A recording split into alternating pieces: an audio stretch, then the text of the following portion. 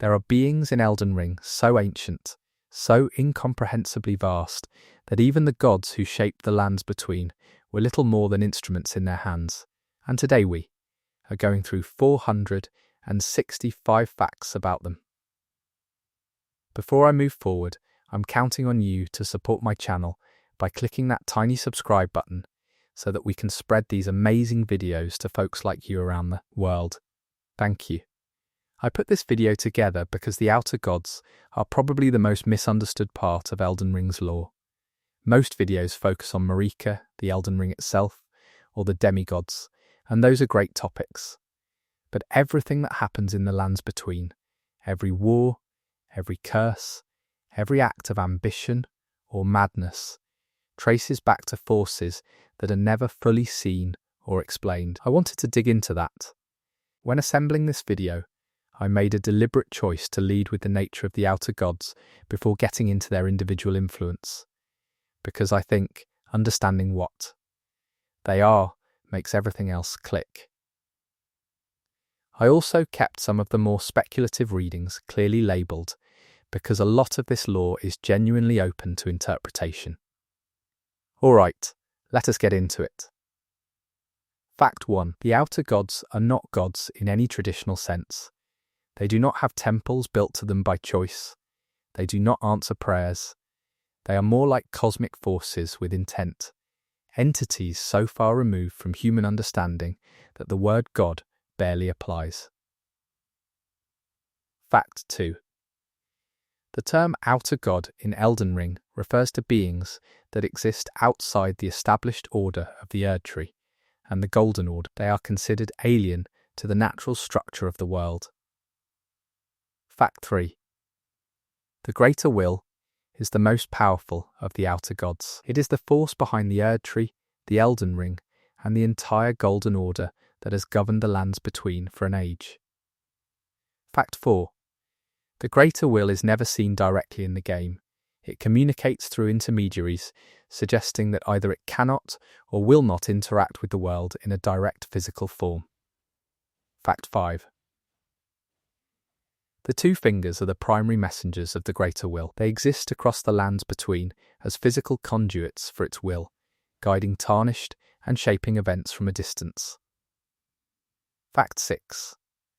The two fingers communicate in a silent finger language that only certain characters, like Enya, can interpret. This suggests that the Greater Will's instructions are not meant to be widely understood. Fact 7. The three fingers are the counterpart to the two fingers. Where the two fingers serve the Greater Will, the three fingers are associated with the Flame of Frenzy, which is connected to a different and deeply chaotic Outer God. Fact 8. The Elden Ring itself is not a god, but an artifact. It is described as the fingernails of the Greater Will, a physical manifestation of its laws and order left behind to govern the world in its absence. Fact 9. The Greater Will sent the Elden Ring to the lands between through an Elden Beast, which serves as both a vessel for the ring and a divine guardian in the game's final confrontation. Fact. The Elden Beast is not simply a monster. It is more accurately described as the living incarnation of the Greater Will's presence, an extension of a cosmic intelligence that operates on a scale far beyond mortal. Comprehension. Fact 11. The Golden Order that Marika established is built entirely on the authority of the Greater Will. Without the Greater Will's backing, the Erdtree and the rules governing life, death, and rebirth in the lands between would have no foundation. Fact 12. The Greater Will's ultimate goal is never explicitly stated. This is deliberate. From Software has structured the lore so that the Greater Will remains ambiguous, which is part of what makes it so unsettling. Fact 13. Some interpretations of the lore suggest that the Greater Will treats the lands between as a kind of experiment or a project, seeding it with the Elden Ring and then stepping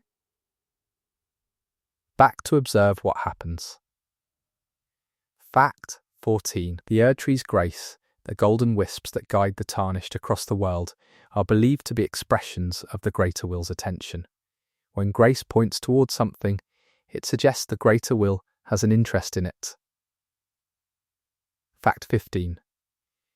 The Elden Ring was shattered by Marika, an act that directly defied the greater will. This is one of the most significant events in the game's backstory, and it is one possible reading that Marika did this deliberately, not out of madness, but out of grief and resistance. Fact 16.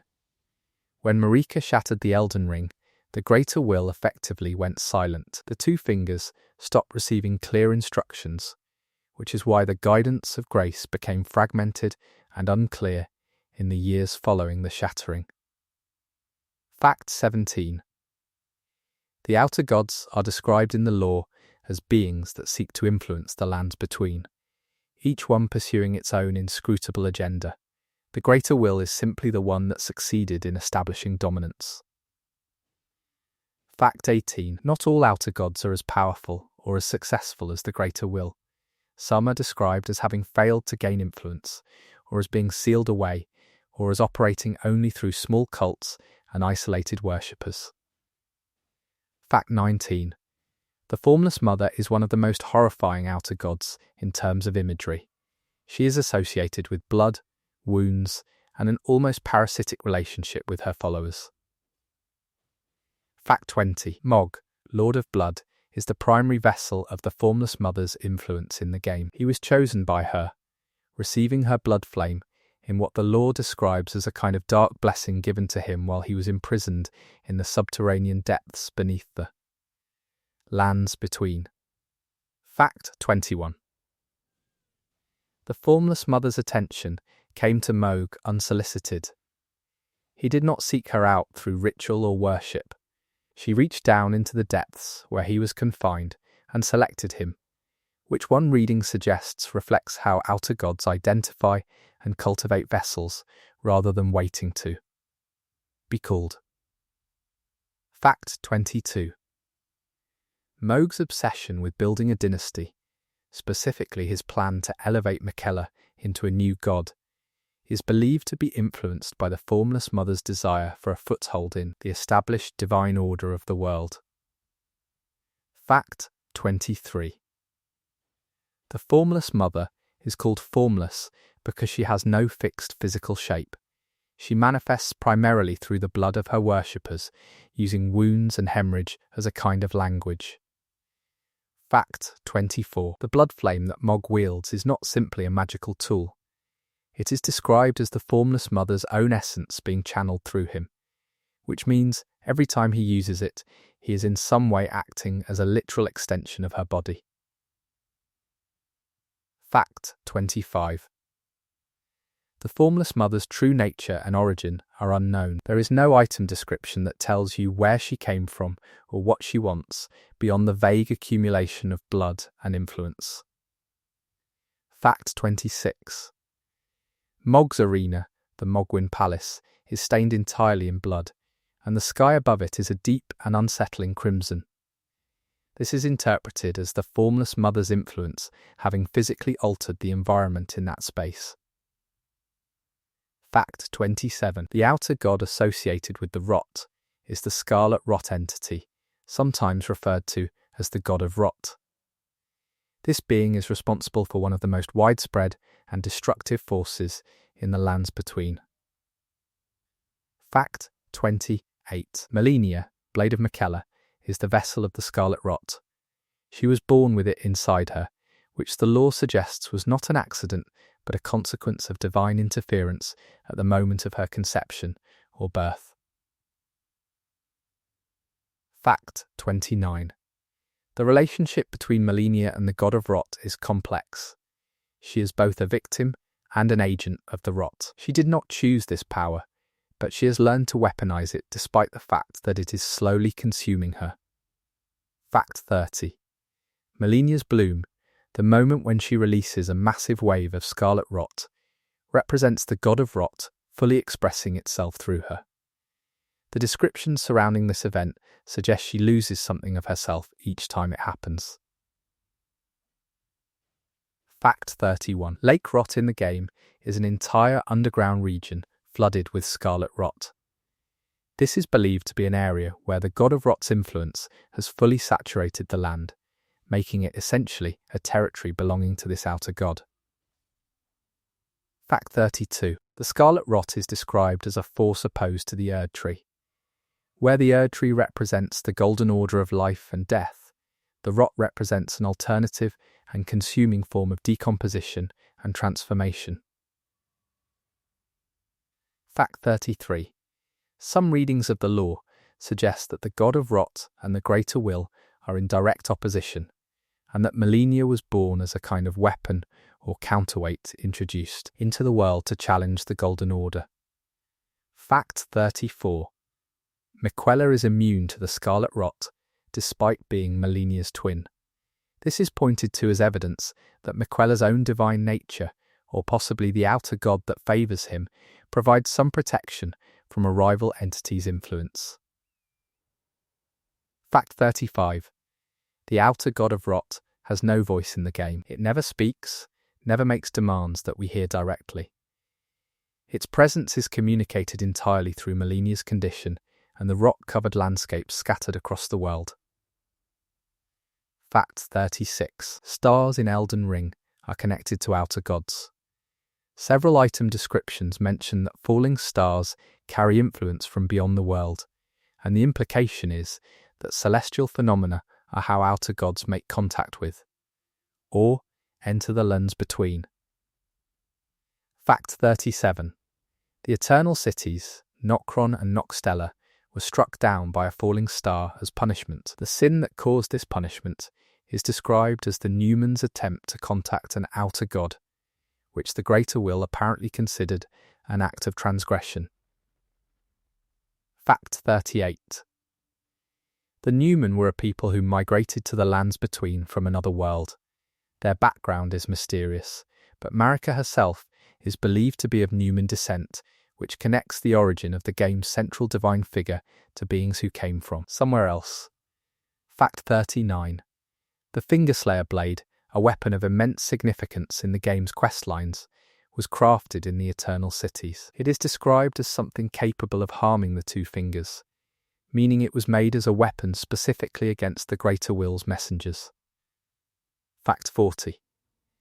Ranni the Witch orchestrates the retrieval of the Fingerslayer blade as part of her plan to kill her own Empyrean flesh and sever her connection to the Greater Will permanently. This is one of the game's most layered questlines, and it revolves entirely around resistance to an outer god.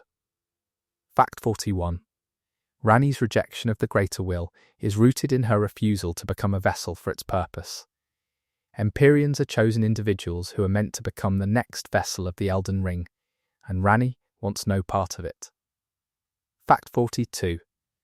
The dark moon that Ranni is associated with, and that her ending invokes, is believed to be connected to a separate outer god or cosmic principle that exists in opposition to the Greater Will. Some readings describe it as the god of the stars or a lunar deity. Fact 43. Ranni's ending, the Age of Stars, is one of the most discussed conclusions in the game. It points toward a world where the Greater Will's influence is diminished, and a new, colder, more distant order takes its place under the guidance of Ranni and the entity she serves. Fact 44. The Snow Witch armour and questline items associated with Ranni suggest she studied with a figure who also had connections to lunar and stellar forces. The lineage of this particular outer god's influence seems to run deep through certain characters.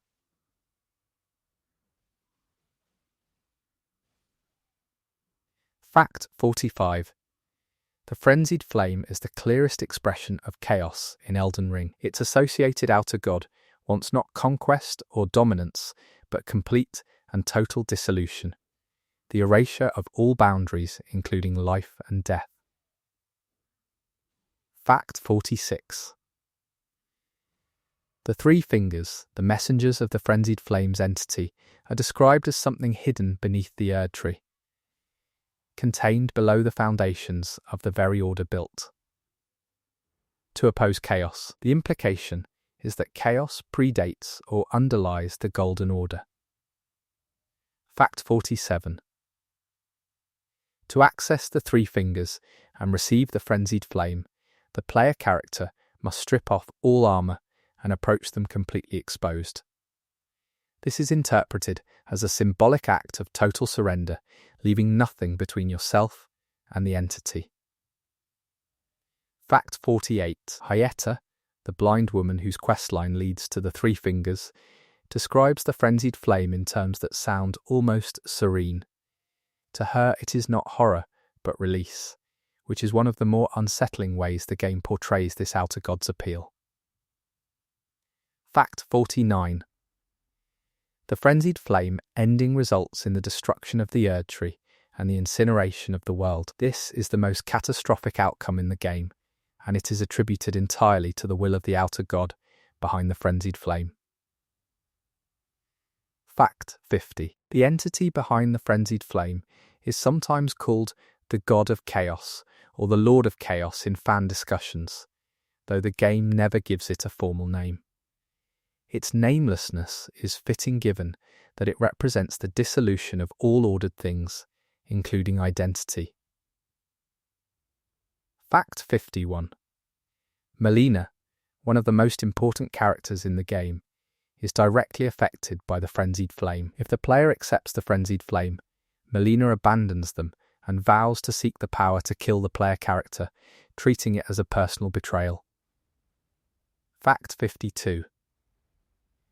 Melina's origin is one of the most debated mysteries in the Elden Ring community. Some readings point toward her being a daughter of Marika, which would make her resistance to the Frenzied Flame deeply personal, not just ideological.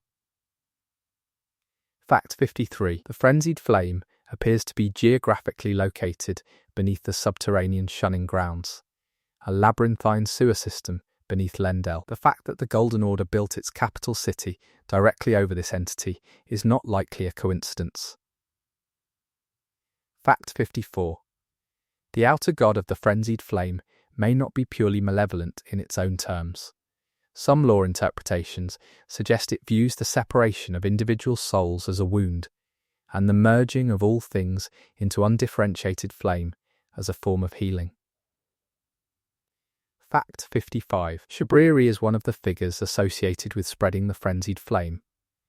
He appears in the game as a spirit inhabiting a hollowed-out body, cheerfully directing the player toward the Three Fingers. His enthusiasm is deliberately disquieting. Fact 56. The name Shabriri comes from a figure in Jewish folklore associated with blindness and demons. From Software's choice of name is deliberate and reinforces the association between the Frenzied Flame's path and a kind of spiritual blindness. Fact 57.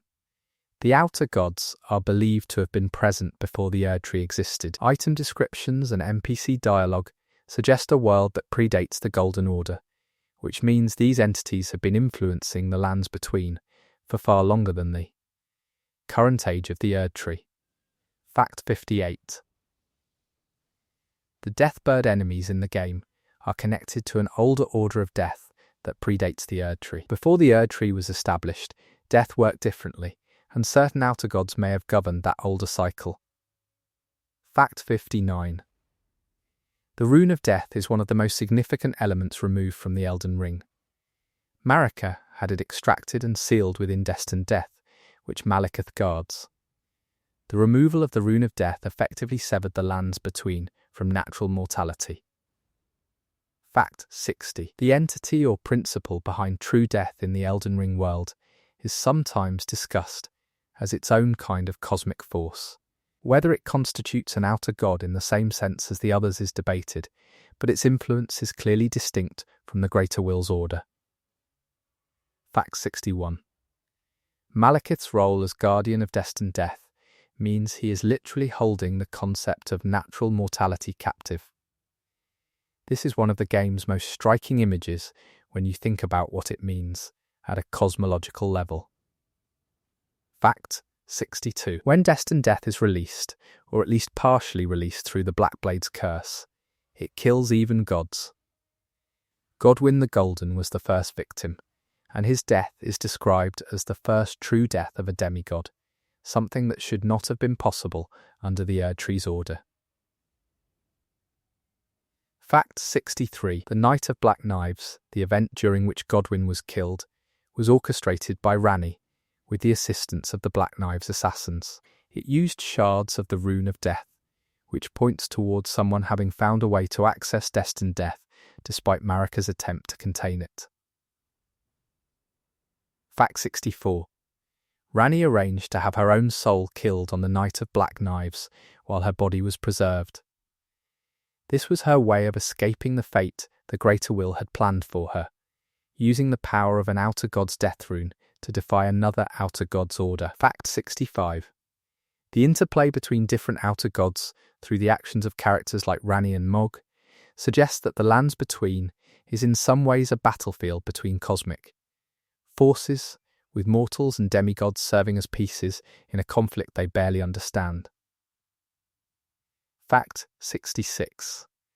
The Crucible, an ancient and primordial force in the Elden Ring world, predates the Erdtree. Crucible Knights serve it as a principle of primal life, one that encompasses things the sanitized Golden Order would rather ignore, like tails, gills, and other animalistic traits. Fact 67. The Crucible is not explicitly labelled as an outer god in the game, but its position as a power that precedes and operates outside the Golden Order places it in a similar category, a force older than the current Divine Order and resistant to its logic. Fact 68. Outer gods seem to express their will most clearly through chosen vessels. Every major outer god influence in the game has a corresponding character who embodies or channels it, from Malenia carrying the Rot to Mog, carrying the Blood Flame to Ranni, pursuing the Dark Moon. Fact 69. The concept of an Empyrean is directly tied to the outer gods. Empyreans are individuals born with the potential to become vessels for an outer god's essence and to serve as the next divine ruler of the world. Their existence is not really a privilege, it is more like a conscription. Fact 70. There are 4 known Empyreans in Elden Ring: Ranni, Malenia, Miquella, and Marika herself. Each of them has a different relationship with the outer god they were chosen to serve, ranging from willing service to outright rebellion. Fact 71. Marika was chosen by the Greater Will and accepted her role, eventually becoming the vessel of the Elden Ring and the God Queen of the Lands Between. Her later shattering of the ring suggests that acceptance eventually curdled into something more complicated. Fact 72. Miquella was chosen but never completed his path to becoming a full vessel. His plan to cultivate his own god, one free from the influence of existing outer gods, is one of the most audacious projects described in the game's lore. Fact 73. Miquella's ambition to create a new god free from outside influence is interpreted by some as a response to seeing what the outer gods did to his twin sister Malenia. Whether that reading is correct, it fits the emotional logic of the character. Fact 74. The Haligtree, which Miquella grew from one of his own rune fragments, is described as an attempt to create a divine tree that rivals or replaces the Erdtree without being beholden to the Greater Will. It represents a kind of theological independence. Fact 75. The outer gods do not appear to communicate with each other, or at least the lore gives no indication that they do. They each pursue their own agendas in isolation, which makes the Lands Between a place where multiple incompatible cosmic wills are playing out simultaneously.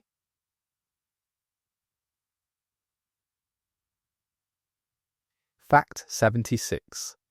The Elden Beast, as the Greater Will's physical representative, is one of the few outer god manifestations that the player directly confronts and defeats. This is significant because it means the final boss of Elden Ring is essentially a god's own emissary. Fact 77. Defeating the Elden Beast does not kill the greater will. It is understood to be too vast and too distant to be harmed by anything that happens in the lands between. What the player destroys is its representative, its grip, not the entity itself. Fact 78. The multiple endings of Elden Ring each correspond to a different relationship with the outer gods. Some endings reinforce the greater will's order, some resist it, and some replace it with a different cosmic influence entirely. Fact 79. The Lord of Frenzied Flame ending, where the player character becomes a vessel for the chaos entity, is the most extreme expression of one outer god defeating another. The greater will's entire project, the Erdtree and the Golden Order, is consumed by fire. Fact 80. The Age of Stars ending implies that a new outer god, the one Ranni serves, takes a guiding role in the world's future. Whether this is better or worse than the greater will's dominance is left completely open. Fact 81. From Software's design philosophy with the outer gods mirrors how H.P. Lovecraft described cosmic entities, not in terms of aesthetics, but in terms of indifference. These beings are not evil in the way a human villain is evil. They simply have goals that are orthogonal to human well-being. Fact 82.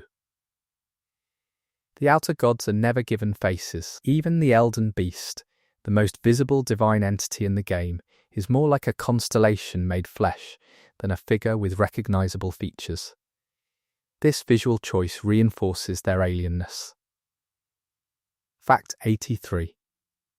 The Tarnished, the player character, is guided to the lands between by the guidance of grace, which is the greater will's instrument. This means the entire journey begins as an errand for an outer god, though the player can eventually defy or reshape that errand.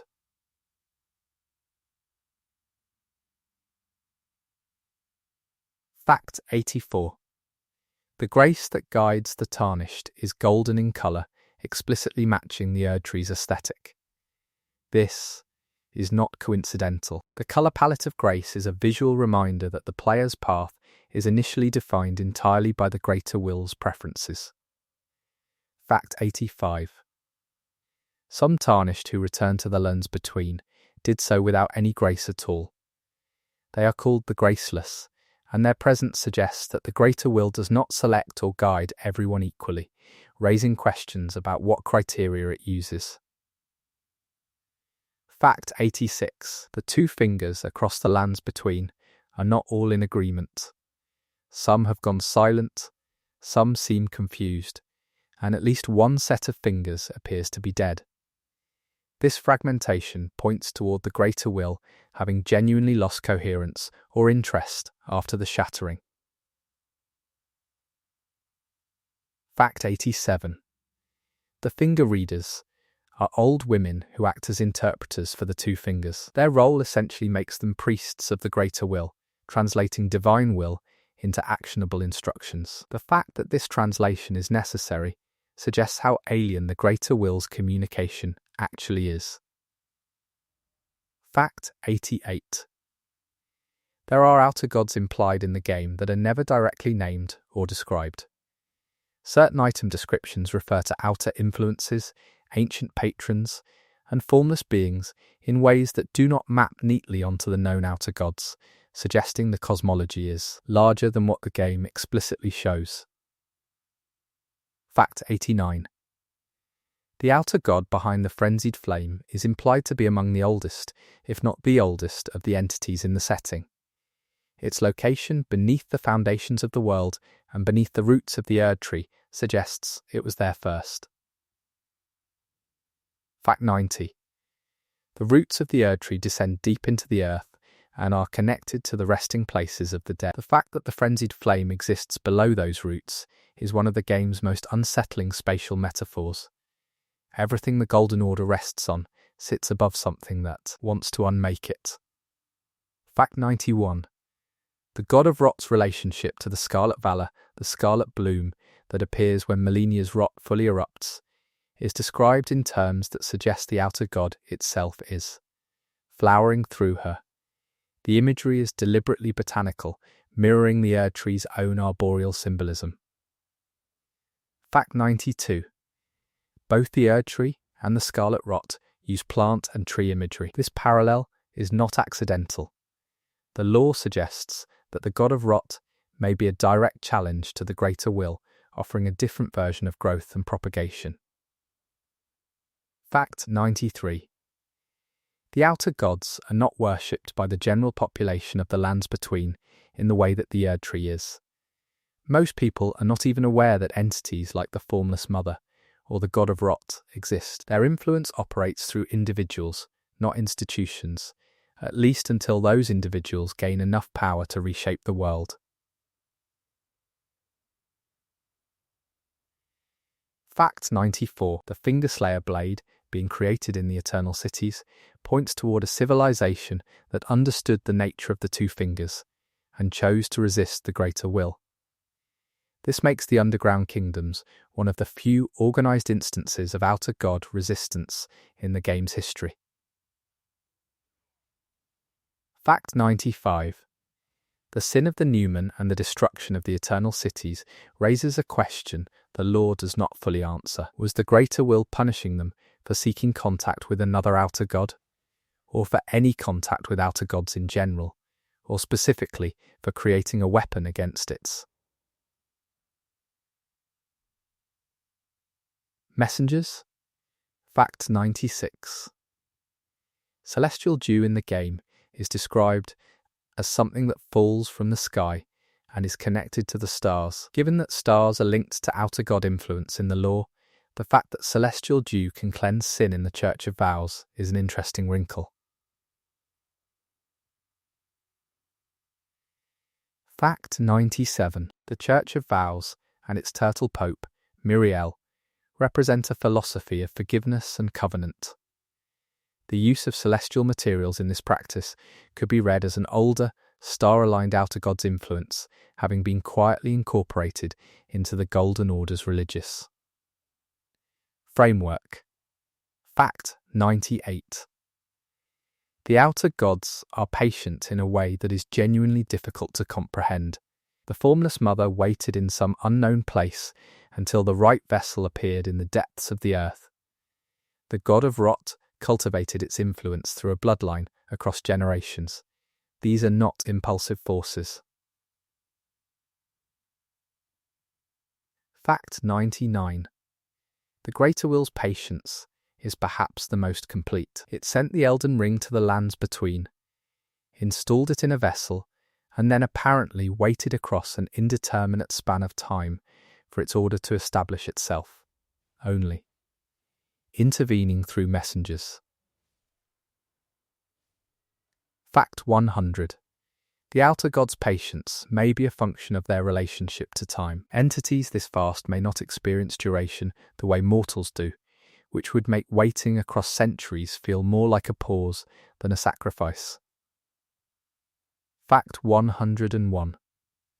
There is a recurring motif in Elden Ring of small things serving as conduits for vast things. Fingers stand in for gods. A single shattered ring destabilizes an entire cosmic order. A twin carries a universe-consuming force inside her body. This scale contrast is central to how the game portrays the outer gods. Fact 102. Marika's body is literally the vessel of the Elden Ring. Her flesh and the divine artifact are described as intertwined, which means when she shattered the ring, she also shattered herself. This act of defiance was simultaneously an act of self-destruction. Fact 103. Radagon, the male identity that shares Marika's body, is described as her other self. The exact nature of this relationship is one of the game's central mysteries, but one reading suggests that the greater will itself created or shaped this dual nature as part of its design for the perfect vessel. Fact 104. The idea that the greater will would engineer a being with two identities and two wills, one that serves and one that questions, is one of the more haunting interpretations of Marika and Radagon. It implies the outer god's plans are detailed enough to account for internal conflict. Fact 105. Radagon is described as having desperately sought to repair the shattered Elden Ring. Whether this was his independent will or the greater will working through him is deliberately ambiguous, and that ambiguity is part of what makes the final revelation about Radagon and the Elden Beast so effective. Fact 106. The outer gods cannot be petitioned, negotiated with, or reasoned with by any character in the game. Every character who attempts to use or resist outer god influence does so unilaterally, without any response from the entity itself. Fact 107. This silence is part of what makes the outer gods frightening in Elden Ring's lore. A god who speaks can be argued with, bargained with, or at least understood. These entities simply exert influence, and the world reshapes itself around them. Fact 108. Mohg never seems to fully understand the Formless Mother.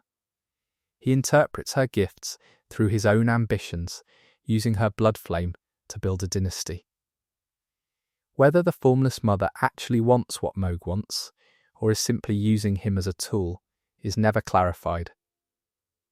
Fact 109. The relationship between vessels and outer gods in Elden Ring consistently features this asymmetry of understanding. The vessel believes they comprehend the entity, but the entity's true goals remain opaque. Malenia, Mohg, and even Marika all seem to operate with incomplete information about the force they serve or carry. Fact 110. The outer god's goals, where they can be inferred, seem to be about establishing presence rather than about caring for the world. The greater will wanted order established. The god of rot wants to spread. The Frenzied Flame wants to merge everything. None of these are goals oriented around the well-being of the people in the lands between. Fact 111. The Elden Ring's shattering created the Shattering War, a devastating conflict among the demigods. Some readings suggest that this was an acceptable or even expected outcome for certain outer gods, a culling of the existing order to create conditions for something new.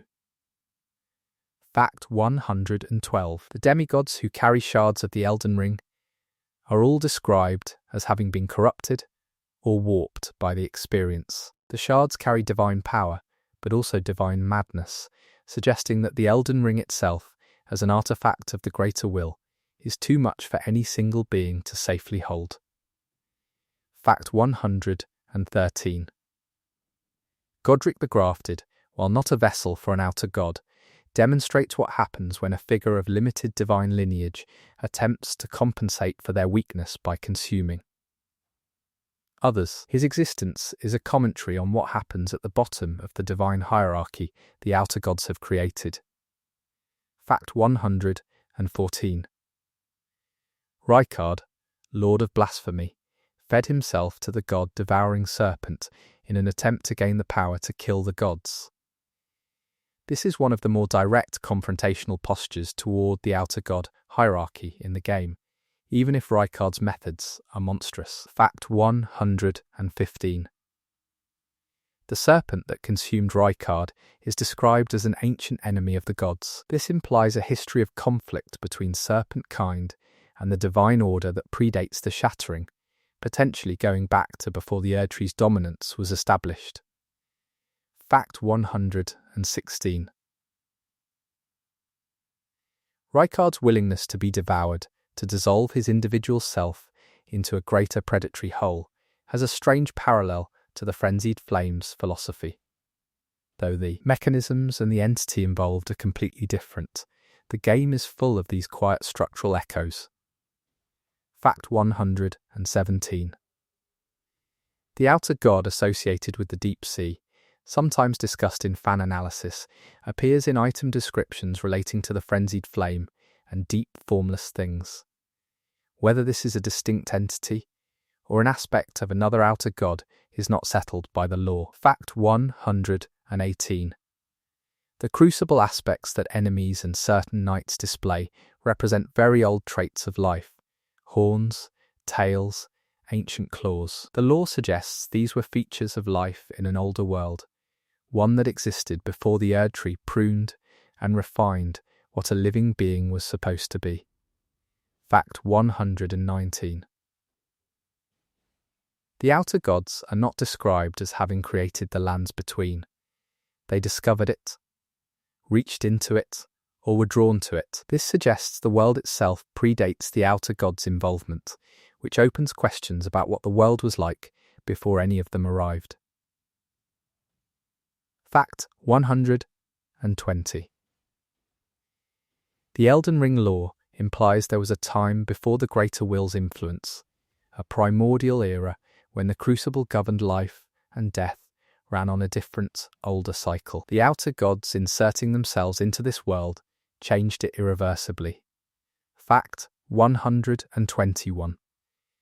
Hugh, the blacksmith who is bound to the Round Table hold and cannot leave, was cursed with the compulsion to forge a weapon capable of killing a god. Who or what laid this curse on him is never stated, but the implication is that it was an outer god or something adjacent to one.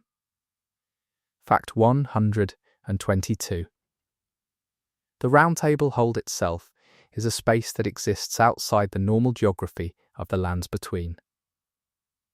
Its liminal nature is connected to the guidance of grace, which is connected to the Greater Will. The fact that it is a gathering place for Tarnished suggests the Greater Will has a vested interest in assembling them there. Fact 123. D, the Hunter of the Dead, serves the Erd Tree's order by putting down those who refuse to return to the roots. His work is a kind of enforcement of the Greater Will's death cycle, maintaining the system against those who reject it. Fact 124. Dee's story takes a sharp turn when his brother Fear becomes involved. Fear, the deathbed companion, is working toward a goal that involves the curse mark of death and ultimately a different kind of afterlife than the one the Greater Will's Erd Tree provides. Fact 125. Fear's questline ends with the potential birth of a mending rune that would alter the fundamental nature of the Elden Ring if used to restore it. This suggests that even the process of repairing the Outer God's artifact can be subverted to change the nature of the order it establishes. Fact 126. The Outer God's relationship to death is central to the conflict of the entire game. The Greater Will remove natural death from the lands between. The Frenzied Flame wants to unmake the boundary between life and death entirely. The God of Rot offers a consuming third form of ending, and older death deities exist in the margins. Fact 127. Alecto, the Black Knife ringleader, is one of the most intriguing minor figures in the game. Her decision to participate in the Night of Black Knives suggests she was committed enough to a cause that likely served Ranni's agenda, and through it the Dark Moon's opposing force. Fact 128. The Black Knife assassin's use of the Rune of Death connects to how outer god powers are sometimes fragmented and redistributed in the lore. A piece of one outer god's domain was extracted, distributed into blades, and used to wound another outer god's divine order. Fact 129. The outer gods are impossible to fully map because the lore intentionally leaves gaps. This is a creative decision that respects the idea that truly alien intelligences would not be fully comprehensible through item descriptions and NPC dialogue. Fact 130. This incompleteness is also why Elden Ring's lore community remains so active. The gaps are wide enough to invite interpretation, but not so wide that they have no shape. Every new playthrough tends to generate new readings. Fact 131. The Crucible Knight Siluria is one of the oldest named enemies in the game in terms of in-world age. She has served since before the Erd Tree, which means she has existed through the entire period during which the Greater Will established its dominance. Fact 132. The outer gods appear to have no concern for the human populations of the lands between beyond their utility. The suffering caused by scarlet rot, the chaos of Frenzied Flame, or the blood cult's violence are simply byproducts of cosmic forces working through available materials. Fact 133. The tarnished journey, when stripped of its grander context, is essentially that of a person who was guided to serve one outer god's agenda and gradually became aware of how many other agendas were competing around them. Fact 134. The player's choice of ending is, at a cosmological level, a vote for which outer god's influence shapes the next age. Restoring the Elden Ring empowers the Greater Will. Burning the Erd Tree with Frenzied Flame empowers chaos. The Age of Stars empowers the Dark Moon entity. Fact 135. The Dusk Eyes ending, sometimes called Ranni's ending, places an outer god's influence over the world, but one that promises distance rather than domination. Ranni describes the Dark Moon as a star-filled night, cold and far away, which is either comforting or ominous, depending on your interpretation. Fact 136.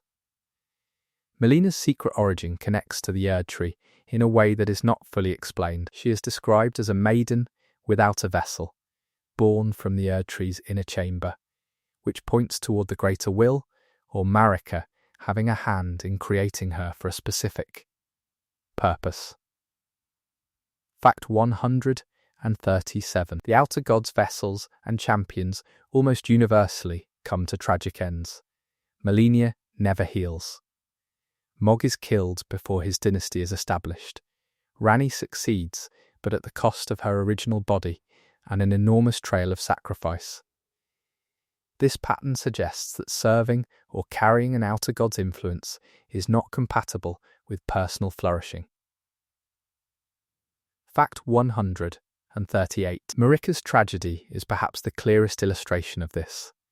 She accepted the Greater Will's purpose, became a living vessel for the Elden Ring, and in the end found herself shattered alongside the artifact she was meant to guard. The god used her, and she eventually broke. Fact 139. The distinction between serving an outer god willingly and being chosen without consent appears throughout the lore. Melina did not choose the rot. Mog was chosen by the Formless Mother while imprisoned. Marika's original willingness is complicated by her later rebellion. Fact 140. Ranni is unique among the Empyreans for having taken active steps not only to refuse her outer god, but to arm herself against it and pursue a different cosmic patron entirely. Her questline is the most complete example of a character successfully navigating the outer god hierarchy on their own terms. Fact 141. The Black Knife assassins who served Ranni were given the task of killing a god using tools derived from another god's domain. This kind of layered cosmic manipulation is the closest thing to strategy we see deployed against an outer god in the game's lore. Fact 142. The Fingerslayer blade, when given to Ranni, allows her to kill her own Empyrean flesh and leave only the doll-like body she currently inhabits. This is described as killing a part of herself to deny the Greater Will its chosen vessel. Fact 143. Iji, the war counsellor who serves Ranni, notes that if the Greater Will discovers what Ranni has done, the consequences would be severe. This caution is evidence that even within the game's world, the Greater Will's capacity for retribution is taken seriously. Fact 144. The outer god's retribution, when it comes, seems to be expressed through the world itself. The destruction of the eternal cities by a falling star is the clearest historical example of direct divine punishment recorded in the game's lore. Fact 145. The star that destroyed the eternal cities did not just kill everyone. It created Nokron and Nokstella, underground regions where the remnants of the civilization were essentially frozen and preserved beneath the earth. This is a strange kind of punishment, one that erases but also preserves. Fact 146. The mimic tear enemies found in Nokron are particularly interesting in the context of outer god lore. They are beings made of night's sacred tear, a substance associated with the celestial and the liminal, and they mimic the forms of those they encounter. Fact 147. The mimic tear's nature, copying but never fully becoming, could be read as a metaphor for how mortal vessels relate to the outer gods they carry. They express the entity's power but are never fully equivalent to it. Fact 148. The outer gods do not seem to mourn their failed vessels. There is no indication that the greater will grieved when Marika shattered. No indication the god of rot is distressed by Melinia's suffering.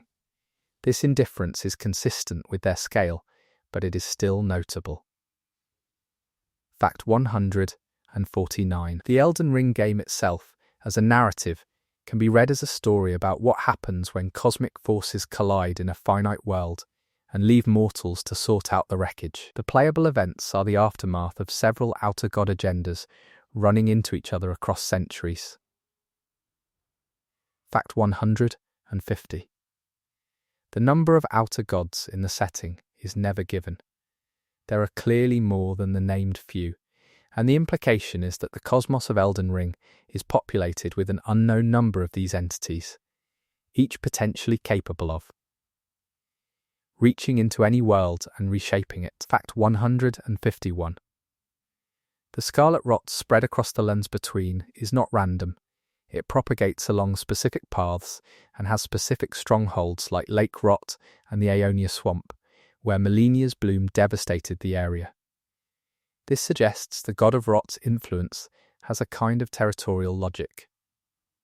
Fact 152. Caelid, the rot-blighted eastern region of the lands between, was caused directly by Melinia's bloom in response to Radahn's assault on her forces. The scale of this single event's consequences demonstrates how outer god power, when fully expressed through a vessel, can permanently reshape geography. Fact 153. Star Scourge Radahn is himself an interesting figure in this context. He held the stars in place with his gravity magic to prevent them from falling and spreading influence. His defeat by Melinia and the outer god's expression through her directly resulted in the stars moving again. Fact 154. The falling stars after Radahn's defeat are connected to events elsewhere in the game, specifically the opening of Nokron. This cascade of consequences, where one outer god's expression through one vessel triggers access to ancient things connected to another outer god, is an example of how interconnected these influences are. Fact 155. Radahn's resistance to the stars, his refusal to let them fall, is interpreted by some as an intuitive or deliberate resistance to outer god influence. Whether he understood what the stars represented or was simply acting out of a desire to protect the world is not clearly stated. Fact 156. The Jar Warriors, Alexander the Iron Fist among them, are creatures made from human remains sealed inside clay pots. Their existence is a lands between folk tradition and has no direct outer god connection, but Alexander's involvement in Radahn's festival and his cheerful participation in war creates an interesting contrast with the cosmic grimness surrounding him. Fact 157. The Land of Reeds, referenced in the game's lore as a distant eastern nation, is the homeland of Okina and certain other Eastern-style characters. Its relationship to the outer god cosmology is essentially unaddressed, which leaves the question of whether all parts of the world are equally affected by the greater wills. Reach. Fact 158.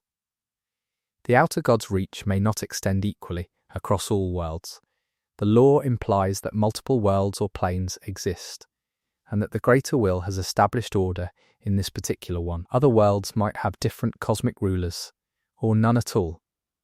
Fact 159. Miquella's plan to leave the lands between and travel to other worlds or planes is referenced in late-game content and the Shadow of the Erdtree expansion. This suggests the geography of the Elden Ring cosmos extends beyond the visible map in ways that connect to outer god influence. Fact 160. The Shadow of the Erdtree expansion deepens many of the questions raised by the base game about outer gods. Miquella's actions in that content suggest he had a more sophisticated understanding of the outer god hierarchy than most characters, and his willingness to sacrifice parts of himself points toward the same tragic pattern as every other Empyrean. Fact 161.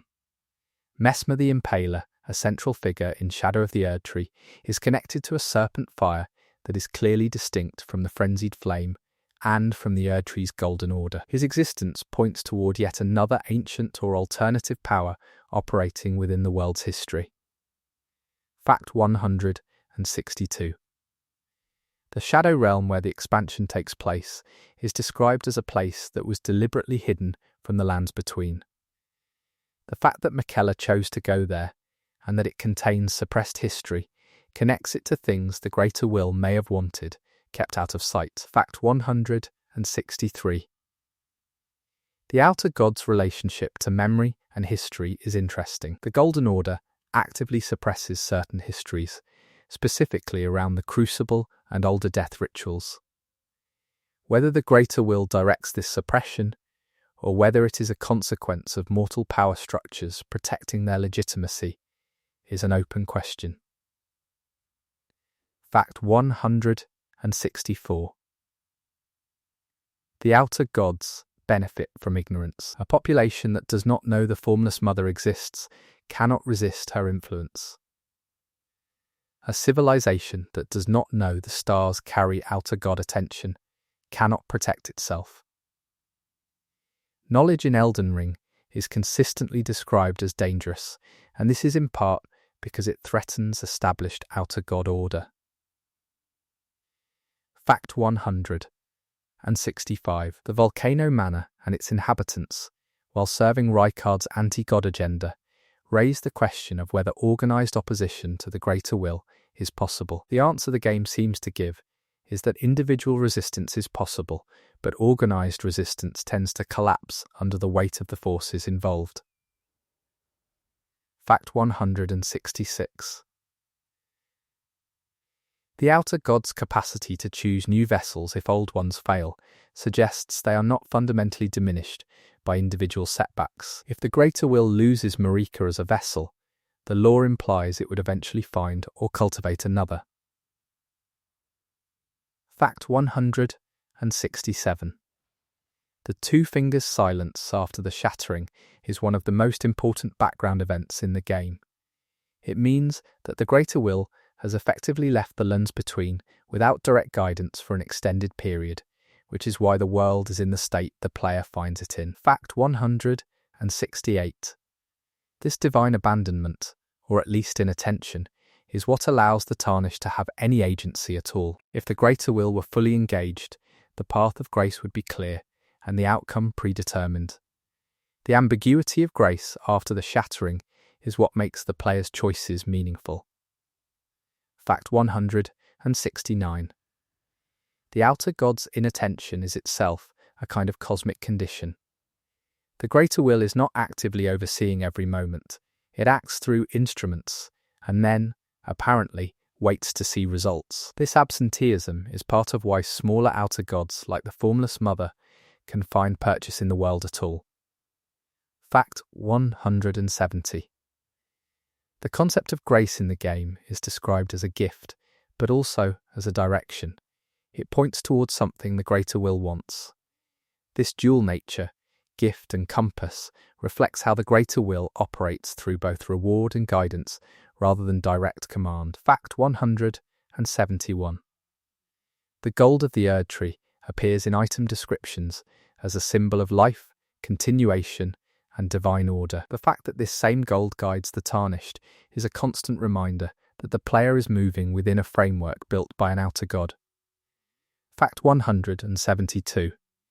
When grace loses its clarity, as it does in several areas and at certain points in the story, it represents the greater will's uncertainty or its loss of focus. The dimming of grace is treated as deeply significant by characters like Enya and the finger readers. Fact 173. The existence of outer god influence in the lore raises the question of free will for every named character. How much of what Malenia does is her own choice, and how much is the god of rot expressing itself through her? The game does not resolve this tension, and that is part of its emotional weight. Fact 174. The outer gods do not reward loyalty. Marika served the greater will for an age and was shattered along with the thing she was made to carry. The Formless Mother gave Mog power that ultimately got him killed.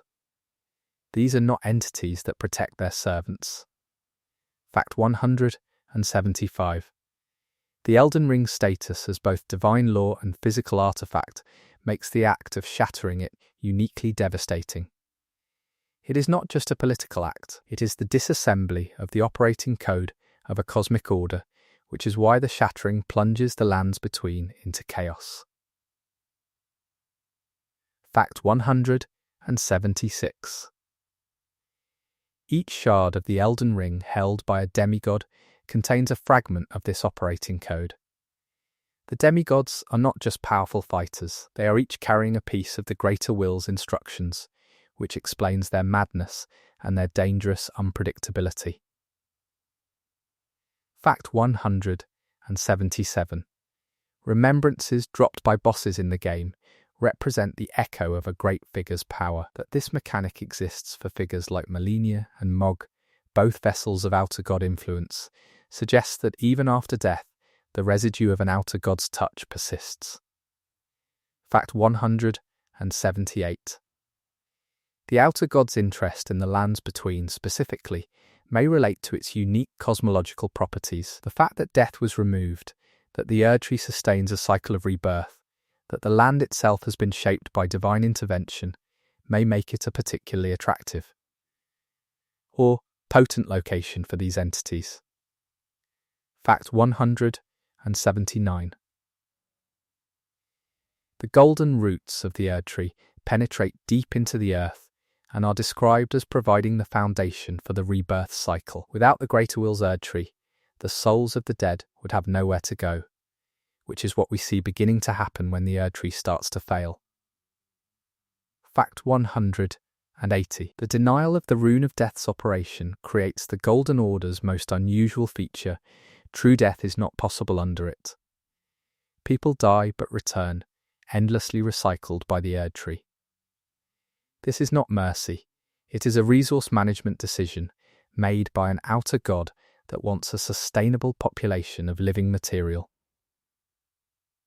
Fact 181. The reading that the Greater Will views the people of the lands between as a managed resource rather than as ends in themselves is among the darkest interpretations in the lore, and it is well supported by the evidence. The rebirth cycle exists to serve the Erdtree's needs, not the needs of those cycling through it.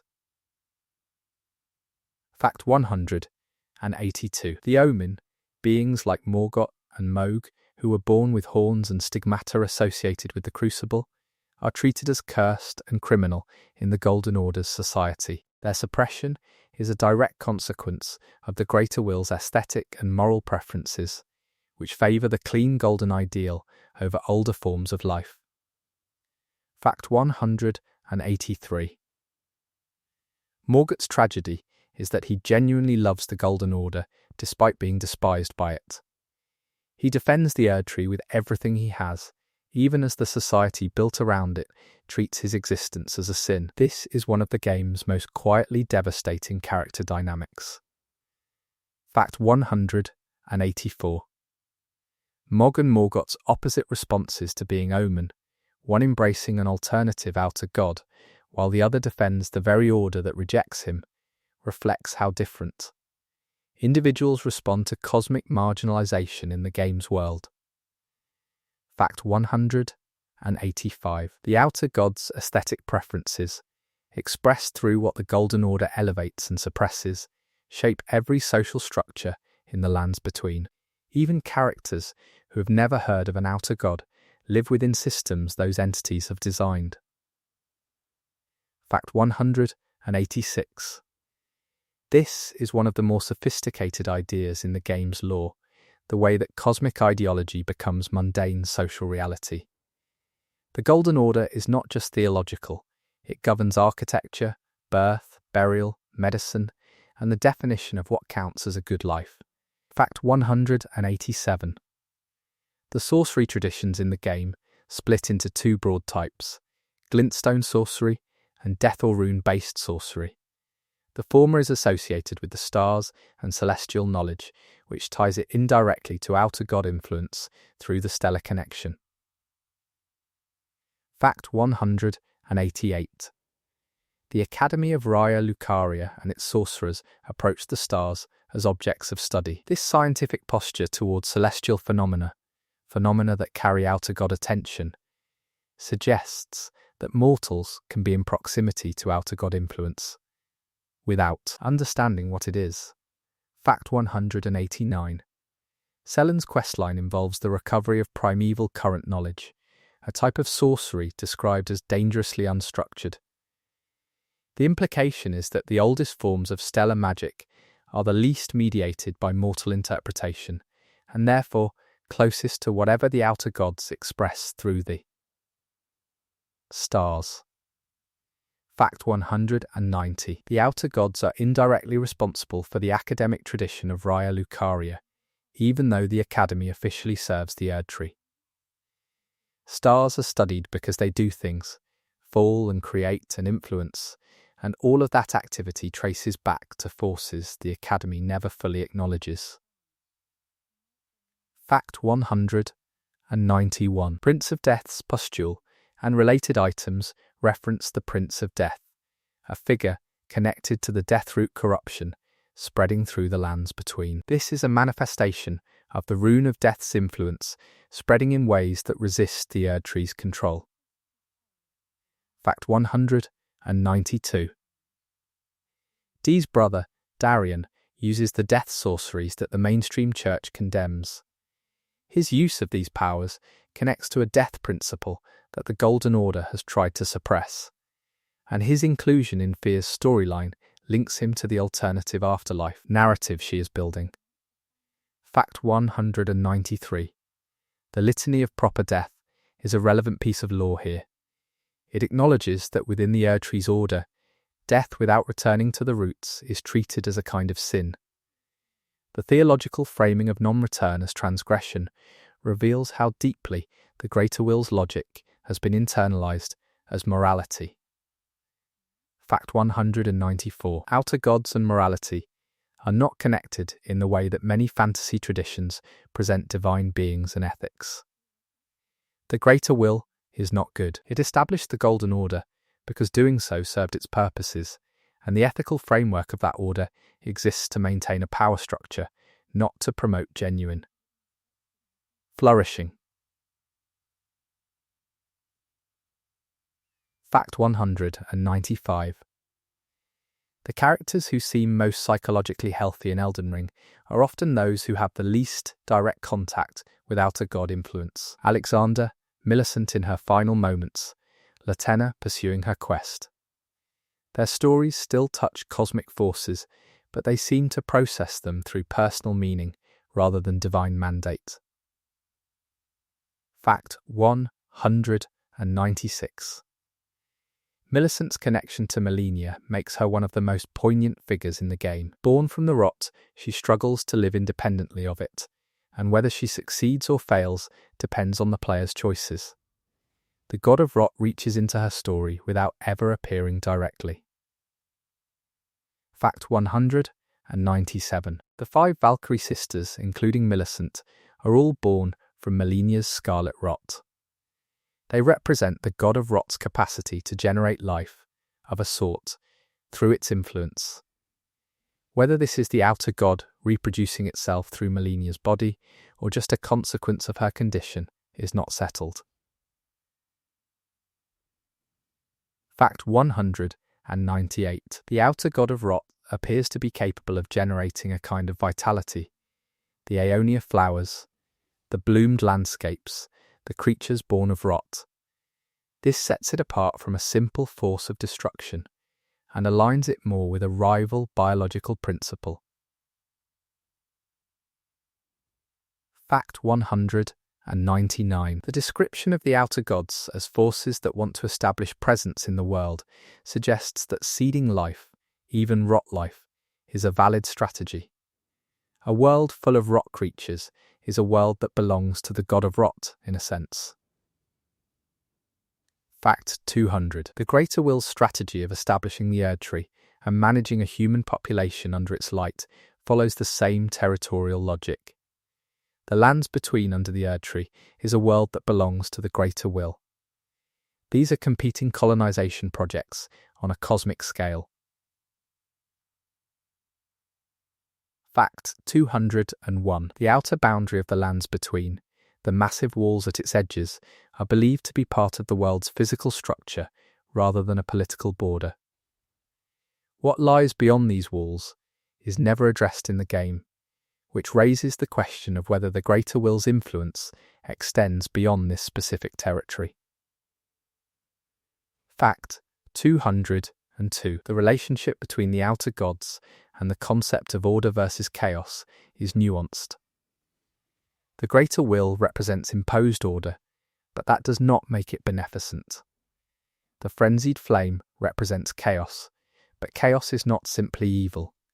The game resists the traditional alignment of order with good. Fact 203. The Golden Order fundamentalists, the religious faction that most fervently follows the greater will's theology, are portrayed with significant ambiguity. Their devotion is genuine, their theology is internally coherent, and they are also implicitly supporters of a system designed by an indifferent alien intelligence. Fact 204. The two fingers at the round table hold, the set that the player interacts with most directly, have been silent since the shattering. Enia translates them, but increasingly struggles to discern clear direction. This silence represents the greater will having no immediate instructions, which leaves the question of whether the Tarnished is acting on the greater will's current wishes, or on its last known preferences. Fact 205. The distinction between acting on a god's current will and acting on its last stated will is significant. Political and religious systems often persist long after the founding intent has shifted or vanished. The Golden Order in Elden Ring may be exactly this, a system running on old instructions from an entity that has since moved on. Fact 206. The outer gods cannot be killed by anything shown in the game. The Elden Beast can be killed, but this is described as destroying a representative rather than the entity itself. The greater will itself remains intact regardless of what happens in the lands between. Fact 207. Whether any outer god could be killed at all is a question the lore leaves open. The Fingerslayer blade can harm the two fingers, and Ranni used it to kill her own connection to the greater will. But these are wounds to a god's extensions, not to the entity itself. Fact 208. The closest thing to an outer god being genuinely diminished in the game's lore is the suggestion that the god of the outer gods, or whatever cosmic hierarchy, exists above them. Might itself be subject to limitations, but this is speculative territory that the game does not enter directly. Fact 209. The Frenzied Flame's desire to merge everything suggests that even outer gods, if caught in a complete Frenzied Flame event, would be dissolved. Whether the entity behind the Frenzied Flame would consume itself along with everything else is an interesting theological paradox the game raises but does not resolve. Fact 210. The ending, where the player consumes the Frenzied Flame and transforms into the Lord of Chaos, suggests that the entity's will can be fully embodied in a mortal. This is the only ending where a player character becomes genuinely equivalent to an outer god in terms of power expressed. Facts 211. Melina's vow to seek power to oppose the Frenzied Flame, if the player takes that ending, implies that opposition to outer god dominance is possible even after the fact. Whether she would succeed is never shown, which is a deliberate narrative choice. Fact 212. The outer gods are at their most comprehensible through the lens of their vessels, which is probably intentional. We understand the Formless Mother best through Mog, the god of rot through Melina, and the greater will through Marika and the Elden Beast. The entities themselves are blank, but their agents are richly drawn. Fact 213.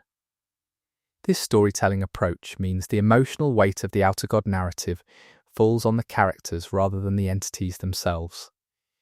We do not mourn or hate the greater will. We mourn Marika. We do not hate the god of rot. We are devastated by what it has done to Melina. Fact 214. The outer gods' inaccessibility as emotional subjects is part of what makes Elden Ring's tone so different from many games with gods as antagonists. You cannot confront them. You can only deal with their consequences. Fact 215. The Age of Stars ending is sometimes described as trading one distant outer god for another. The Dark Moon's entity is implied to be less interested in controlling the lands between than the Greater Will was, but the replacement of one cosmic influence with another is not an unambiguous good. Fact 216. Ranni explicitly tells the player that the New Age will be cold and distant, defined by mystery rather than illumination. This description functions as both an honest characterization of what she is proposing and a subtle reminder that the outer god she serves is still an outer god. Fact 217. The outer gods and the stars are linked repeatedly in the lore, but the exact mechanism of this link is never clarified. Are the stars channels through which outer gods observe or communicate? Are they physical locations where outer god influence is concentrated? The game gestures at both possibilities. Fact 218. The astrologer class in the game and its associated lore suggests that watching and interpreting the stars is an ancient practice. Whether the original astrologers understood they were studying expressions of outer god activity, or simply observed patterns they could not explain, is a nice historical ambiguity. Fact 219. The gravity magic associated with Radahn is described as having a stellar origin. He studied under a master from the East and developed sorceries that interact with gravitational forces connected to the stars. Whether this puts him in contact with outer god influence indirectly is an interesting question. Fact 220. Radahn's madness, caused by the scarlet rot eating his mind, is distinct from the madness of divine influence. His deterioration is physical rather than cosmological, which makes him a tragic figure in a different register from the demigods warped by outer god contact. Fact 221. The outer god's impact on culture is significant even in places where the culture does not acknowledge them. The entire aesthetic of the Golden Order, its art, its architecture, its theological hierarchy, is a reflection of the greater will's preferences as expressed through its chosen. Vessel's reign. Fact 222. The Erdtree's golden light is described as a gift and a comfort by those who live under it. That this comfort is a product of an alien intelligence's territorial instinct rather than genuine care for the population is one of the game's most quietly devastating.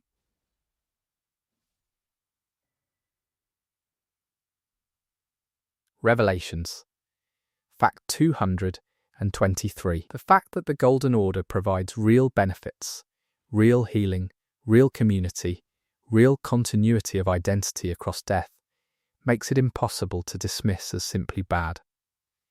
The Greater Will may not care about the people it governs, but the system it created does provide something real. This is part of what makes the game's endings so genuinely difficult. Fact 224. The outer gods are not analogous to the gods of traditional RPG fantasy, the kind you can track down in a dungeon and kill to end their influence. They are more systemic, more ambient, and more genuinely beyond the player's reach.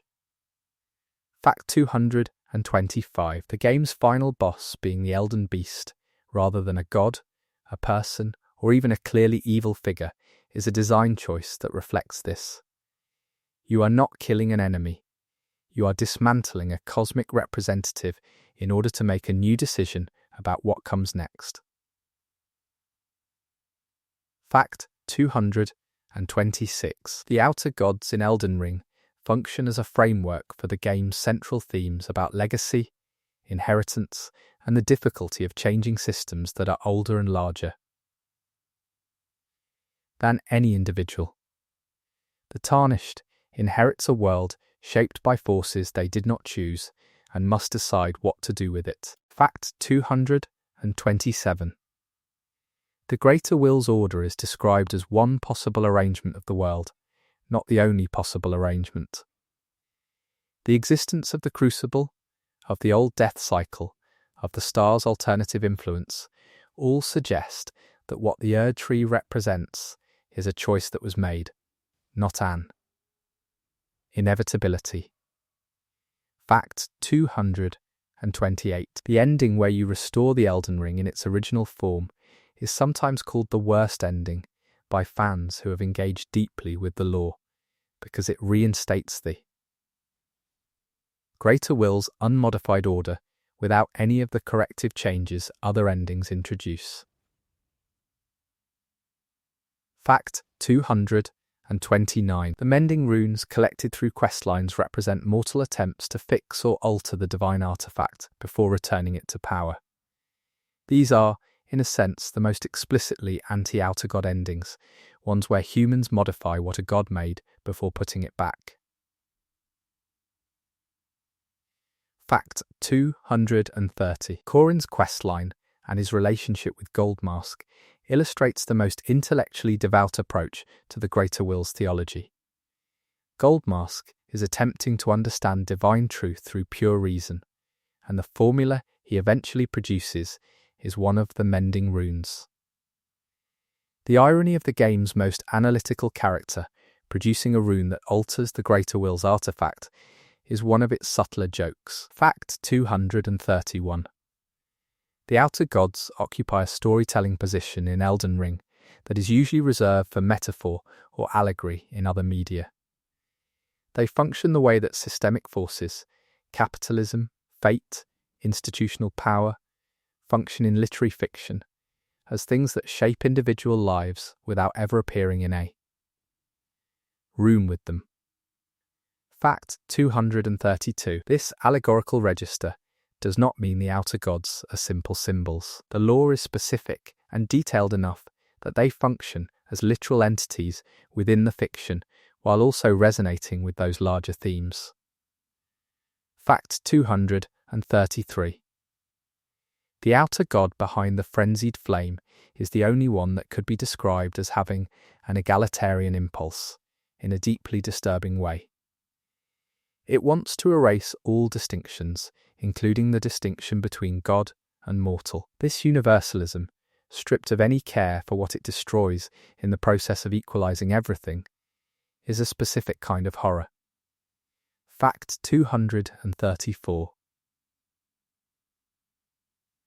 The Formless Mother's blood aesthetics connect her to several real-world mythological traditions involving blood sacrifice, fertility, and transgression. From Software draws on these resonances without being bound by any single tradition, which gives her a richness that purely original invention might lack. Fact 235. and 35. The god of rot's connection to decomposition and biological transformation echoes certain ideas from fungal biology and ecological science, where decomposition is not an ending, but a form of recycling. Whether this parallel is intentional or coincidental, it gives the entity a genuine philosophical coherence. Fact 236. The greater will's relationship to light and gold aligns it with solar deity traditions from multiple world mythologies. But where solar gods in many traditions are life-giving, the greater will's golden light is also a form of control, a warm cage for everything that lives under the Erd tree. Fact 237. The dark moon that Rani serves draws on lunar mythology, the cold, reflective, cycle-marking quality of the moon as opposed to the sun's direct and overwhelming presence. The choice of lunar imagery for the outer god opposing the greater will is thematically coherent. Fact 238. The outer god's silence across the game is occasionally broken by sensation rather than language. Mog experiences something like divine intoxication in descriptions of the Formless Mother's contact. Malenia's rot is described in almost sensory terms. These experiential traces are the closest the game gets to depicting what receiving an outer god's attention actually feels like.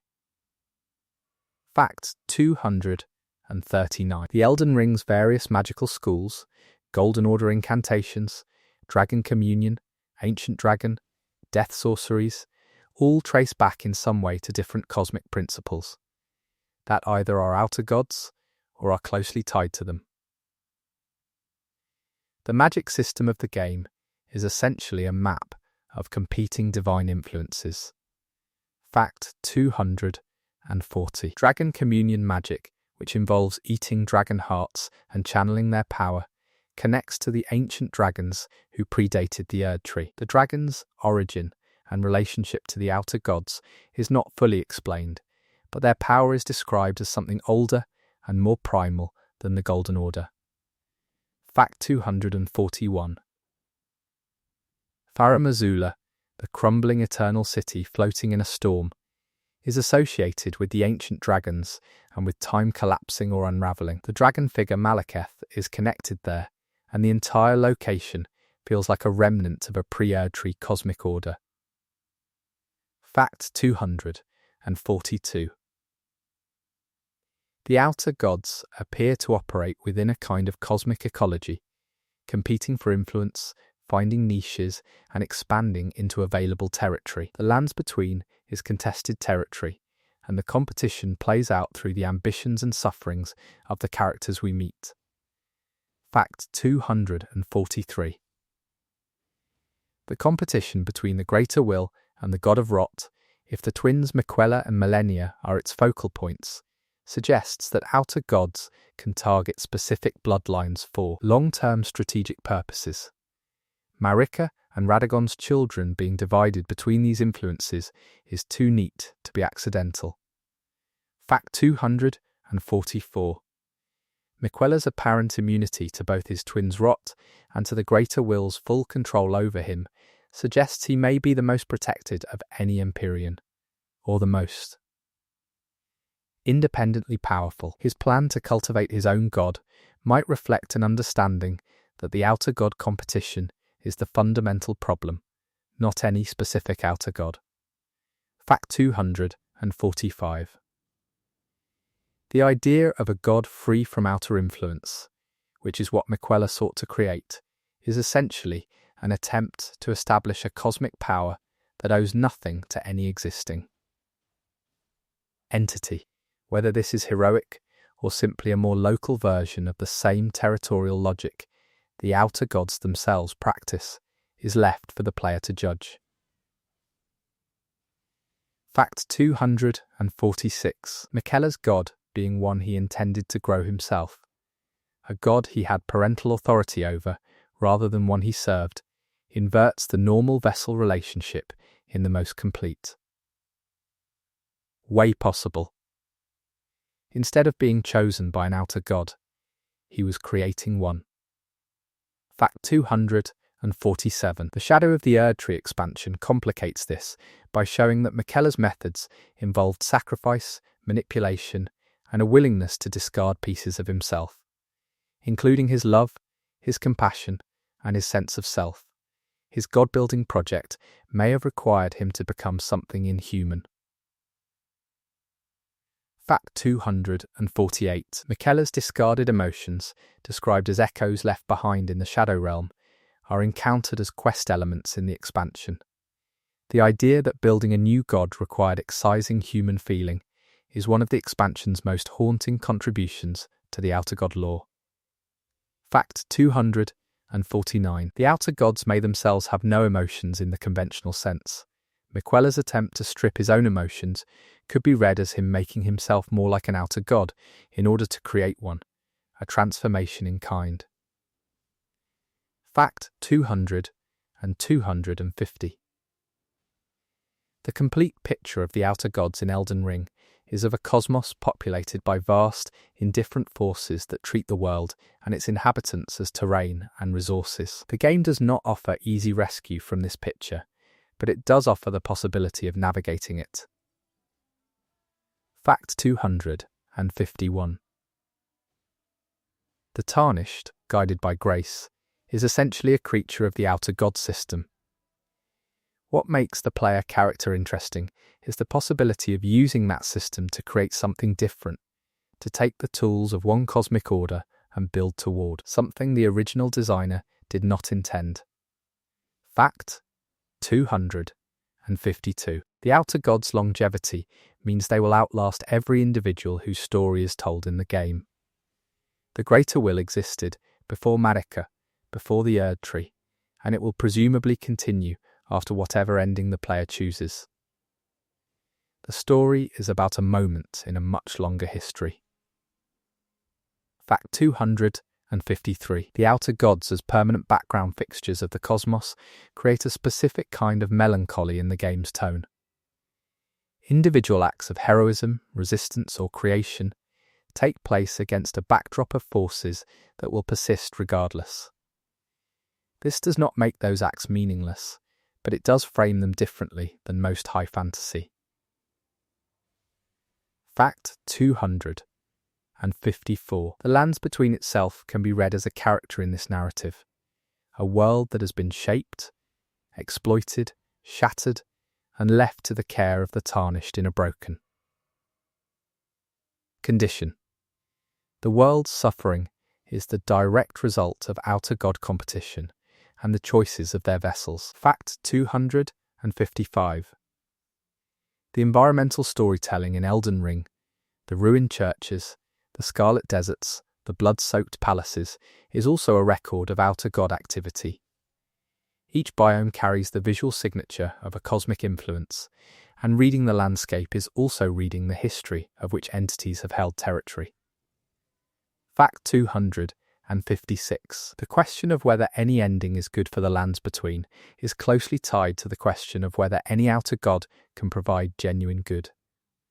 The best endings, according to most readings, are the ones that most fully empower humans and reduce Outer God control, even if those endings are also the coldest or most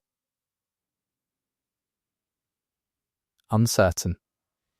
Fact 257. The Elden Ring lore's treatment of Outer Gods fits within a broader tradition of fiction that uses cosmic horror not as nihilism, but as a framework for understanding what human agency and value look like when stripped of divine guarantee. The game borrows H.P. Lovecraft's structure but fills it with human feeling rather than cold despair. Fact 258. The Outer Gods do not respond to love, grief, prayer, or courage. They are not moved by the character's suffering. This makes every character's choice to act, to resist, to care, or to build despite the cosmic indifference surrounding them feel more meaningful, not less. Fact 259. Melania chose to fight even knowing what she carried. Ranni chose to rebel even knowing the scale of what she was opposing. Miquella chose to build even knowing what it would cost him. These choices are made against an outer god backdrop, and that backdrop is what gives them their weight. Fact 260. The outer gods are ultimately a context for the human, or demi-human, story at the centre of Elden Ring. They are the sky the characters move under, the ground the characters stand on, and the weather that shapes what is possible. The story is not about them. It is about what people do within the world they have created. Fact 261. The Elden Beast's design, a cosmic entity made of stars and light and something almost transparent, reflects the greater will's nature as a force from beyond the normal register of existence. It is beautiful in a way that is also deeply alien. Fact 262. The Golden Order magic system draws on the greater will's power, but is mediated through mortal theological frameworks. What the player uses as Golden Order incantations is a human-scale translation of a cosmic principle, like harnessing a river without being able to see the ocean it comes from. Fact 263. The Outer God's influence on the game's item aesthetics is one of the most consistent world-building tools in From Software's toolkit. Blood iconography appears on everything connected to Mog and the Formless Mother. Scarlet and golden flowers appear in Rot and Erd Tree contexts, respectively. The visual language of each Outer God's domain is distinct and consistent. Fact 264. The Outer Gods are not visible in the sky of the lands between, but the stars are. And given the law's connection between stars and Outer God activity, the night sky in Elden Ring is effectively a window onto a cosmic arena that the inhabitants of the world almost entirely fail to see. Fact 265. The Outer God behind the stars, whether it is the same entity Ranni serves or something broader, uses the night sky as its most visible interface with the world. The observation that there is something watching through those lights is one of the game's most quietly unsettling ideas. Fact 266. The academic sorcerers who study stars have come the closest to understanding this, without fully articulating it. Their pursuit of primeval current magic, their fascination with fallen stars, their research into stellar phenomena, all constitute an inadvertent investigation into Outer God activity. Fact 267. The Outer God's relationship to knowledge is controlling. The Greater Will's order suppresses certain histories. The Eternal Cities were destroyed for seeking forbidden contact. Selen is condemned by her order for pursuing primeval sorcery. In each case, knowledge that approaches Outer God territory is treated as dangerous by those who maintain the established divine order. Fact 268. This suppression of knowledge is one of the most recognizable real-world patterns in the game's political structure. Systems that derive their authority from a founding divine mandate tend to resist inquiry into the nature of that mandate. The Golden Order is no exception. Fact 269. The Outer Gods may actually benefit from being studied in certain ways. The God of Rot spreads partly through exposure and infection. Any contact with its influence risks perpetuating it. Whether this is intentional behaviour on the entity's part or simply a consequence of its nature is not addressed. Fact 270. The blood flame spread through Mog's cult of followers represents the Formless Mother, extending her influence through a social structure. Each member who participates in blood ritual becomes, in a minor way, a channel for the Outer God's presence. The cult is a vector. Fact 271. The Greater Will extends its influence through the entire apparatus of the Golden Order, the Two Fingers, the Erd Tree, the Finger Readers, the churches, the Grace Pathways. Its reach is more total than any other Outer God, precisely because it has had the longest time to build institutional infrastructure. Fact 272. The Outer Gods in Elden Ring are not in competition for worshippers in the way that gods in many polytheistic systems are. Their influence does not require belief or prayer. It operates through physical vessels, artifacts, and environmental contamination. You do not have to worship the god of rot to be infected by it. Fact 273. This makes the outer gods more dangerous in some ways than gods who require belief. A population that stops believing in the greater will still be subject to the Erdtree's death cycle. Disbelief is not a protection. Fact 274.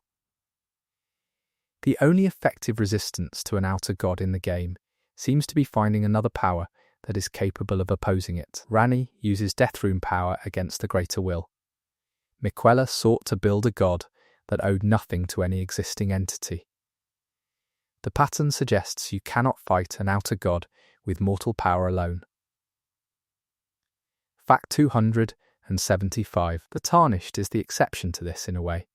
Through accumulating power from across all the outer god domains, absorbing rune memory from demigods touched by the greater will, the scarlet rot, the blood flame, and older forces, the player character becomes a kind of synthesis of all these influences.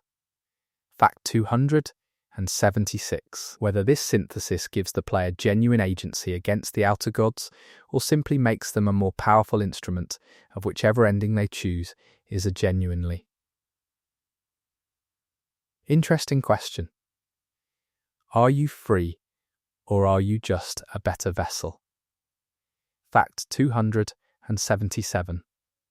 The game leaves this question open, which is consistent with its treatment of the outer gods throughout. Freedom from cosmic determination is never fully confirmed, and the possibility that all choices are already accounted for in some outer gods' calculations is never fully refuted. Fact 278. The Elden Ring lore's engagement with ideas about fate and freedom is one of the things that makes it philosophically interesting without becoming heavy-handed. The presence of the outer gods makes fate a literal, physical reality in the game world, which gives the question of free will a concreteness that purely allegorical treatments lack. Fact 279. The two fingers essentially serve the function of divine fate readers in the game. They interpret what the greater will wants and translate it into a direction for the Tarnished to follow. That their guidance became unclear after the shattering is, in this context, the opening of a window of genuine freedom.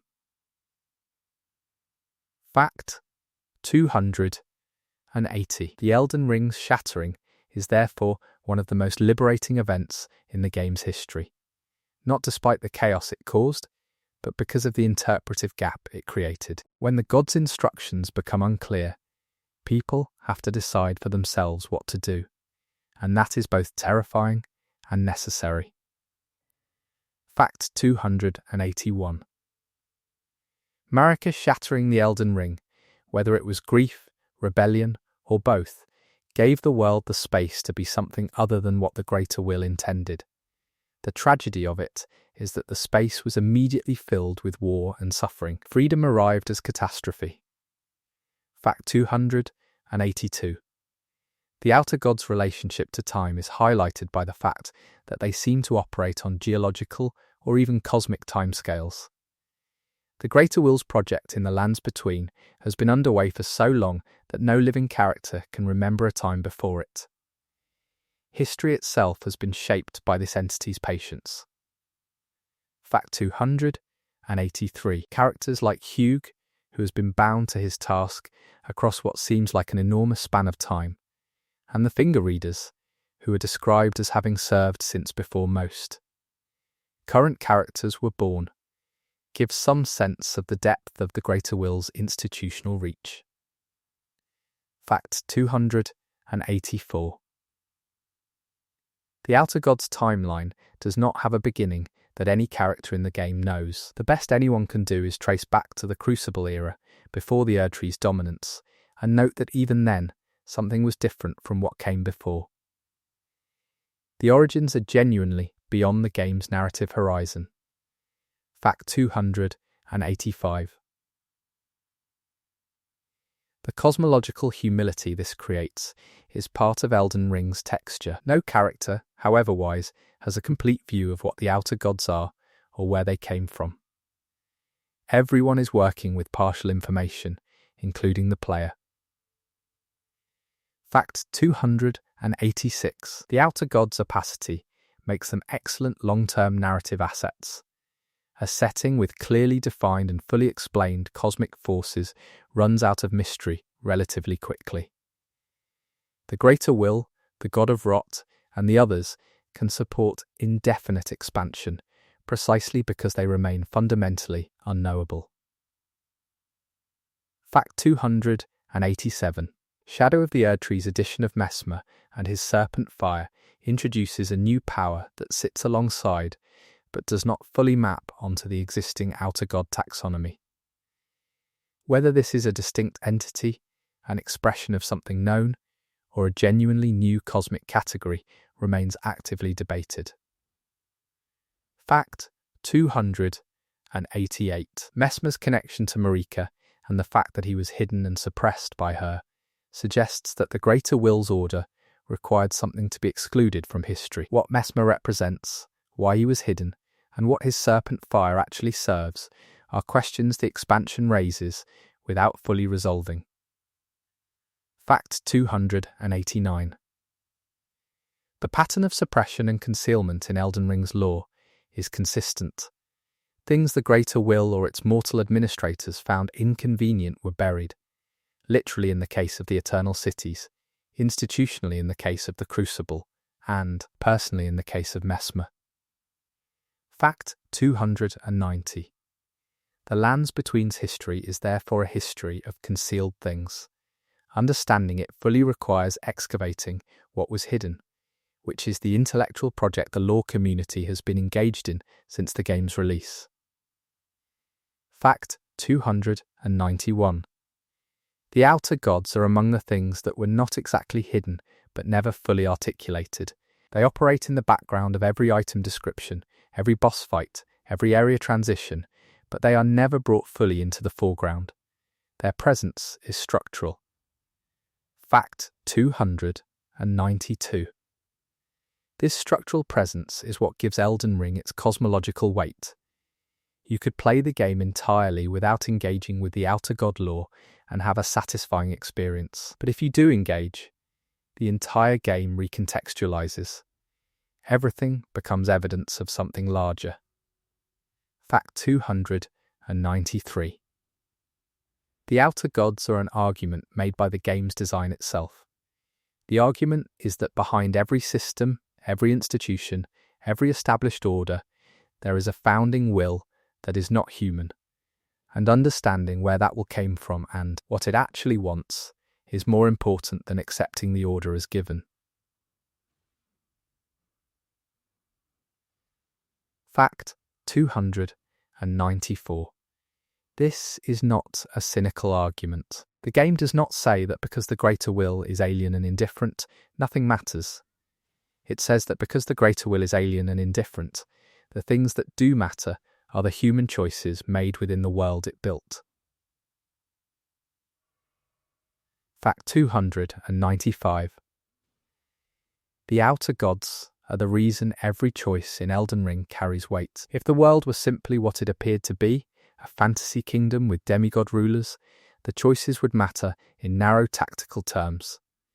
The outer god layer is what makes them cosmologically significant. Fact 296. The Greater Will's plan, to the extent it had one, was for an Empyrean to be raised to godhood, and for the Elden Ring to be administered by this new vessel under the Greater Will's continued influence. This plan was disrupted by the Night of Black Knives and the subsequent shattering. Fact 297. The disruption of the Greater Will's plan is the reason the game has a story at all. Without the shattering, without Ranni's rebellion, without the Night of Black Knives, there would be no quest to restore the Elden Ring, because it would not need restoring. The outer god's disrupted agenda is the engine of the entire narrative. Fact 298. The Knight of Black Knives is therefore one of the most important events in the game's lore, and it was orchestrated by an Empyrean who refused her destiny. Ranni's decision to die rather than be used reshaped the cosmos in ways that are still unfolding at the time the player arrives.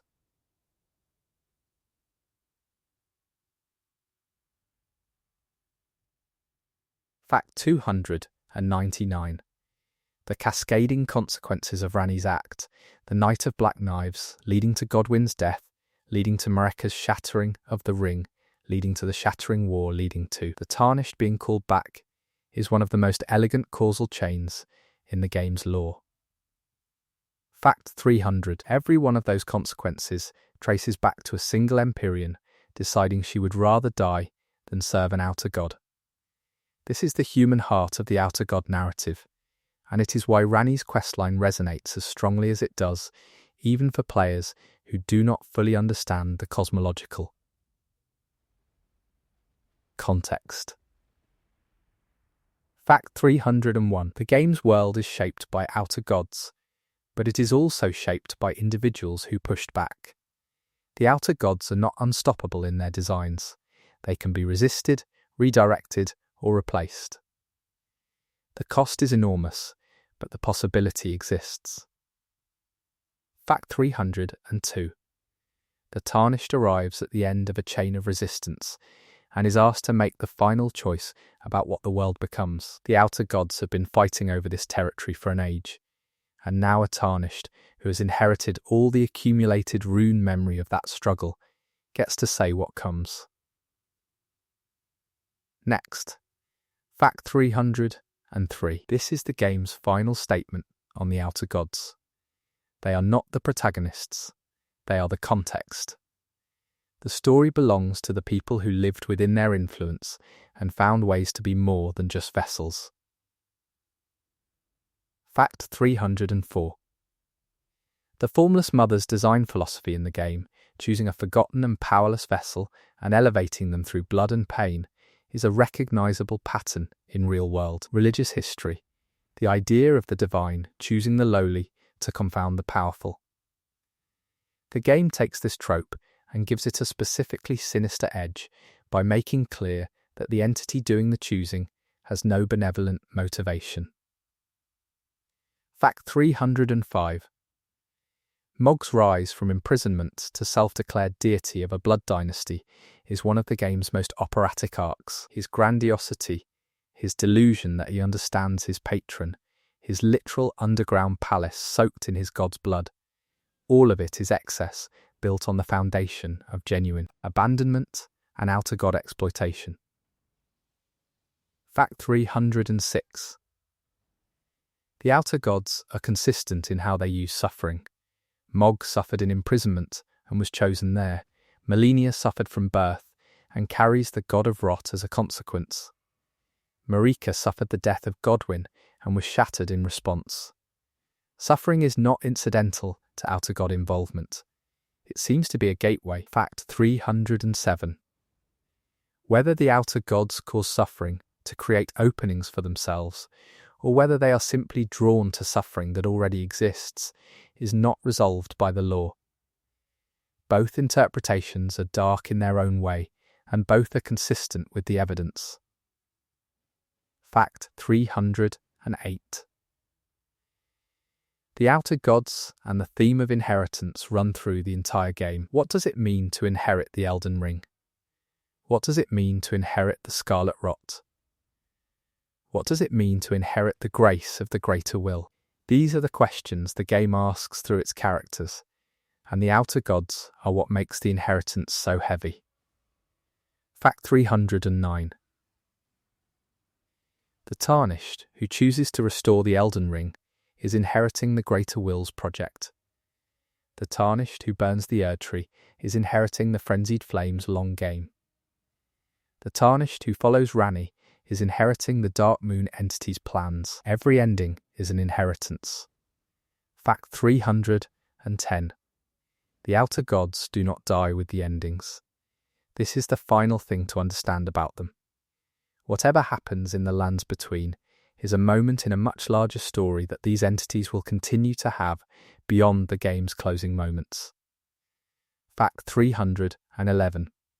The Elden Ring, when restored, becomes the foundation of a new age, but the greater will that provided the ring is still there. The new age runs on old code. Whether that is acceptable depends on what mending rune, if any, is used to restore it. Fact 312.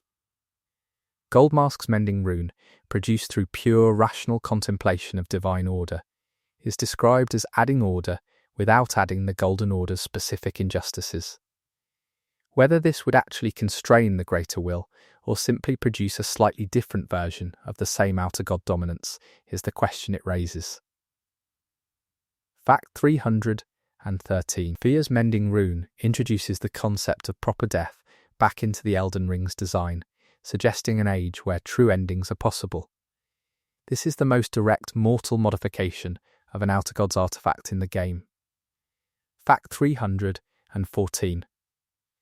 The three mending rune endings, Goldmasks, Fia's, and Dung Eaters, represent three different kinds of modification applied to the Greater Will's artifact before returning it to power. Each reflects a different set of priorities, and each leaves open the question of whether modifying the Elden Ring is sufficient to address the Greater Will's underlying influence.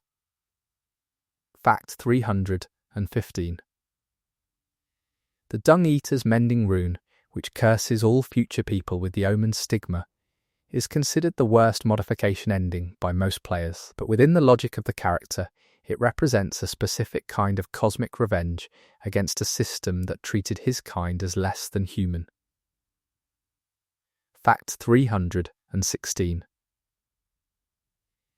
The outer gods have created a world where even acts of revenge against cosmic injustice are possible, but only by further altering a divine artifact. The Dung Eater's ending is a testament to how thoroughly the Greater Will's structures constrain the forms of resistance available. Fact 317. All of the possible actions at the end of Elden Ring are mediated through the Greater Will's own instruments. Even the Lord of Frenzied Flame ending uses the Erd Tree as the vehicle through which the Chaos entity expresses itself. The Greater Will's infrastructure shapes even its own destruction. Fact 318. The Age of Stars ending alone sidesteps the Elden Ring entirely. Ranni's path does not involve restoring or destroying the ring. It involves leaving it behind, which is the most complete escape from the Greater Will's framework available to the player. Fact 319. The outer gods and escape from them is one of the game's most recurring themes. Characters try to escape through violence, through death, through cultivation of alternative power, through rebuilding, through dissolution, and through departure. The diversity of attempts reflects the diversity of responses to a system that feels inescapable. Fact 320. What Elden Ring says through all of this is not that escape is impossible, but that it is costly, incomplete, and followed by new uncertainties. Ranni escapes the Greater Will and moves toward a new outer god's influence. There is no fully neutral territory. Fact 321. The outer god's ubiquity in the game's cosmology means that the question is never whether you are subject to their influence, but which influence, and how much agency you retain within it. Fact 322. The Greater Will chose the Lands Between as its project. The God of Rot chose Malenia's bloodline. The Formless Mother chose Mog in his cell. The Dark Moon's entity chose to work with Ranni. The Frenzied Flame chose to wait beneath everything. Each of these choices shaped a life, a region, a civilization, or an entire age. Fact 323. The outer gods make choices, or something functionally equivalent to choices, and those choices define the world. The characters and the player then make choices within that world, and those choices define what comes next. This is the game's fundamental structure. Fact 324. The outer gods are not random. Their influence has shape, preference, and direction. Understanding that shape is the analytical work that the lore community does, and it is the work the game rewards with increasing coherence the deeper you go. Fact 325. The greater will's preference for order over chaos, for the golden ideal over the crucible diversity, for managed rebirth over true death, defines the entire social and physical landscape of the lens between. It is aesthetic preference expressed at cosmic scale. Fact 326. The god of rot's preference for spread and transformation, for biological excess and consuming growth, creates a different kind of landscape wherever it has influence. Caelid and Lake Rot are literally the god of rot's aesthetic, made physical. Fact 327. The Frenzied Flame's preference for undifferentiation is expressed in its followers, who are described as losing their individuality and sense of self as they come closer to it. The Frenzied Flame creates a different kind of landscape too, one internal to its vessels rather than external. Fact 328. The outer god's preferences being expressed through their environments and vessels means that every biome in the game, every faction, every aesthetic choice is pointing back toward a cosmic intelligence. The world is thoroughly authored by forces that have no interest in being legible to the people living in it. Fact 329. The player character, by existing outside any single outer god's complete control, is the only figure in the game who can move through all of these authored zones and assemble a perspective on them. This is what the Tarnished represents, a mobile consciousness in a world divided between fixed cosmic territories. Fact 330. The mobility of the Tarnished is also why the endings feel so significant. Having moved through the Greater Will's territory, the God of Rot's territory, the Frenzied Flame's territory, and the older cosmic zones, the player makes a choice about which to crown, and this choice is made from a position of experience that no single domain character possesses. Fact 331. The outer gods watch, in whatever sense they watch. The greater will attends through grace, the stars observe, the Formless Mother waited for Moog. The god of Rot inhabits Millennia continuously. Their attention is not equal, but it is all present. Fact 332. The attention of an outer god is the beginning of a character's story in Elden Ring, and often its end. To be noticed by one of these entities is to be recruited into a project larger than yourself, whether you consent or not. Fact 333. The most important thing the outer god's lore adds to Elden Ring is scope. Without them, the game is a story of demigods fighting over a shattered artifact. With them, it is a story of mortal lives caught between incomprehensible forces and of the stubborn human insistence on making choices anyway.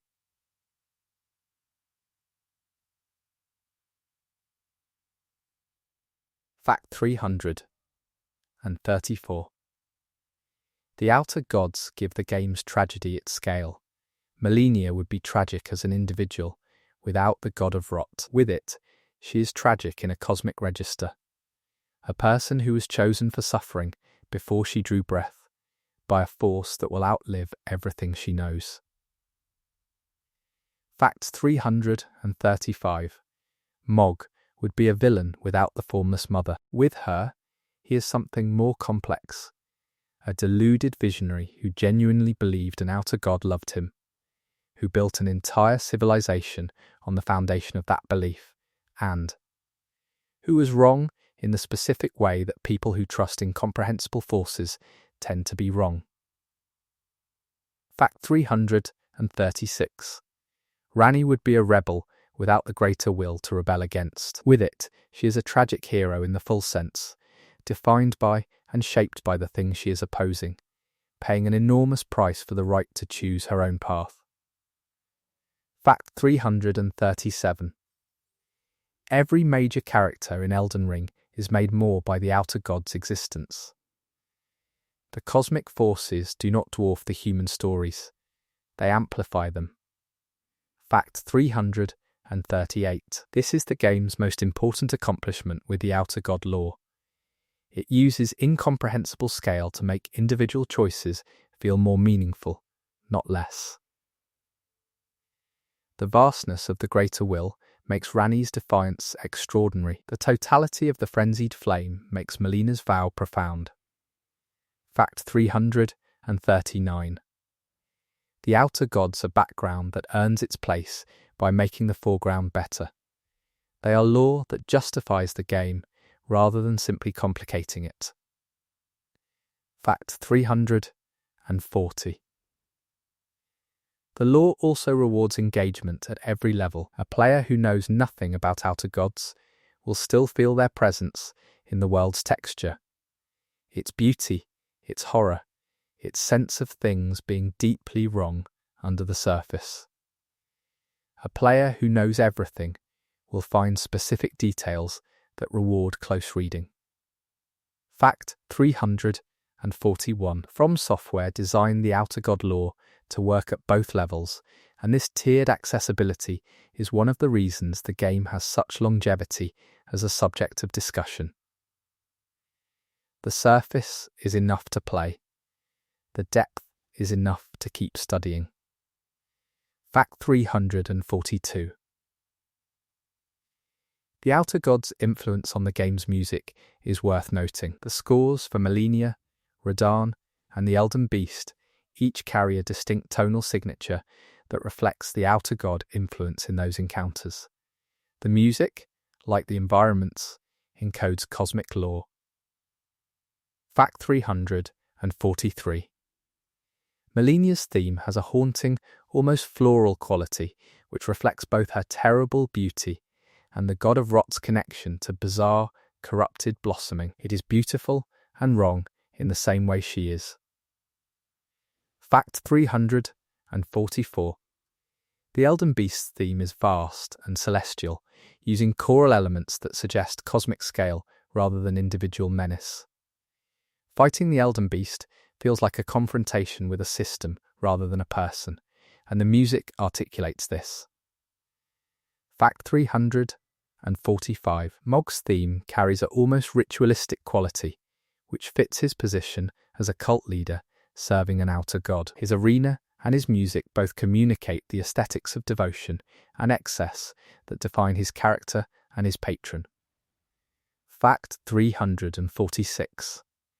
The Outer Gods have shaped the game down to its audio design, and this consistency across visual, narrative, and sonic registers is what makes the world feel genuinely inhabited by these forces rather than simply described by them. Fact 347. The Outer God's presence in the game is ultimately about what it means to live in a world you did not make, governed by forces you did not choose. This is not a fantasy condition. It is a universal one, and Elden Ring renders it with unusual honesty. Fact 348. The game does not offer the comfort of a cosmic order that has your interests at heart. It does not offer the despair of pure determinism. It offers the middle space, agency within constraint, choice within a context you did not create, meaning within a cosmos that does not guarantee it. Fact 349. The Outer Gods are what make that middle space legible. Without them, the game's themes would be abstract. With them, the question of what it means to act freely in an authored world becomes specific and urgent. Fact 350. The Tarnished's journey through the lens between is ultimately a journey through the consequences of Outer God activity, toward a moment of genuine, if constrained, choice. This is Elden Ring's architecture, and the Outer Gods are its load-bearing walls. Fact 351. The multiple playthroughs that Elden Ring supports are themselves a kind of commentary on the Outer Gods. Each run through the same world makes different choices, which reinforces the game's argument that choice exists even within a determined structure. Fact 352. and 52. The outer gods do not change between playthroughs. The greater will's influence is identical, whether it is your first or 10th run. What changes is the player's understanding, the decisions they make, and the ending they pursue. The cosmos is fixed, the response is variable. Fact 353. The outer gods as fixed elements against which variable human choices play out is a classic structure in tragic literature. Elden Ring is, in this sense, a tragic epic with controllable protagonists, and the outer gods are its fate mechanism. Fact 354. The game's tragic quality does not make it depressing to play. The tragedy is held in balance by the genuine beauty of the world, the moments of connection between characters, the absurdity and warmth of encounters like Alexander, and the sense that the struggle is worthwhile even if the cosmos is indifferent. Fact 355. The outer god's indifference is not the game's final word. Its final word is the player's choice of ending, a moment of agency that the entire narrative has been building toward. Whatever the greater will intended, this moment belongs to the tarnished. Fact 356. The Elden Ring's cosmology, with the outer gods at its foundation, is one of the most elaborated fictional universes produced through environmental and item-based storytelling in the history of the medium. The information density is extraordinary, and most of it is optional. Fact 357. The choice to make most of this optional is itself a kind of design argument. The outer god's influence should be felt even by players who do not seek it out. Their full nature should be available to those who do seek it out. The game works either way, but it is not the same game. Fact 358. The outer gods as a design element reward curiosity. The player who asks why the world is the way it is will find answers, partial answers, conflicting answers, but answers that accumulate into something coherent. The game trusts its players with this process. Fact 359. The trust Elden Ring places in its audience to assemble the outer god picture from fragments is related to how the lore describes the outer gods themselves. They work through fragments, through small signs and partial influences. Reading the lore is structurally similar to experiencing the outer gods from the inside. Fact 360. The outer god lore is itself a kind of puzzle that mimics the game's central dilemma: incomplete information, significant stakes, and choices made under uncertainty. This formal parallel between the lore's structure and the game's themes is one of the most elegant things about Elden Ring as a designed artifact. Fact 361. The greater will's silence after the shattering is, in this context, a narrative gift. It is the game saying, "The god is not talking anymore. What do you do?" The entire experience of playing Elden Ring is the player's answer to that question. Fact 362.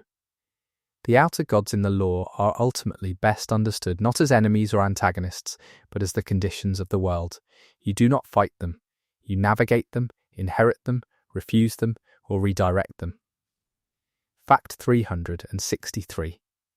The vocabulary of the outer gods, their names, their symbols, their aesthetic signatures, constitutes a second language running beneath the primary language of the game. Players who learn it find that the world becomes legible in a completely different register. Fact 364. The outer god lore is also generative in a way that good world building should be. It produces questions. Why are there stars if the greater will came from somewhere else? What would the lands between have become without any outer god interference? What other worlds has the greater will touched? None of these questions are answered, and all of them are worth asking. Fact 365. The outer gods' relationship to one another, whether they are aware of each other, whether they compete consciously or simply through the effects of their chosen vessel's actions, is one of the lore's most intriguing blank spaces. Fact 366. The fact that Mog's dynasty building plan, if completed, would have placed a new outer god adjacent to the Greater Will's order raises the question of what the Greater Will would have done. Whether it would have absorbed, tolerated, or destroyed a rival divine presence in its territory is not answered. Fact 367. The outer gods as territorial entities, each with their specific zones of influence and their specific vessels, suggest a kind of cosmic ecology where different forces occupy different niches. The lands between under the Erd Tree is the Greater Will's niche, and other forces occupy its margins.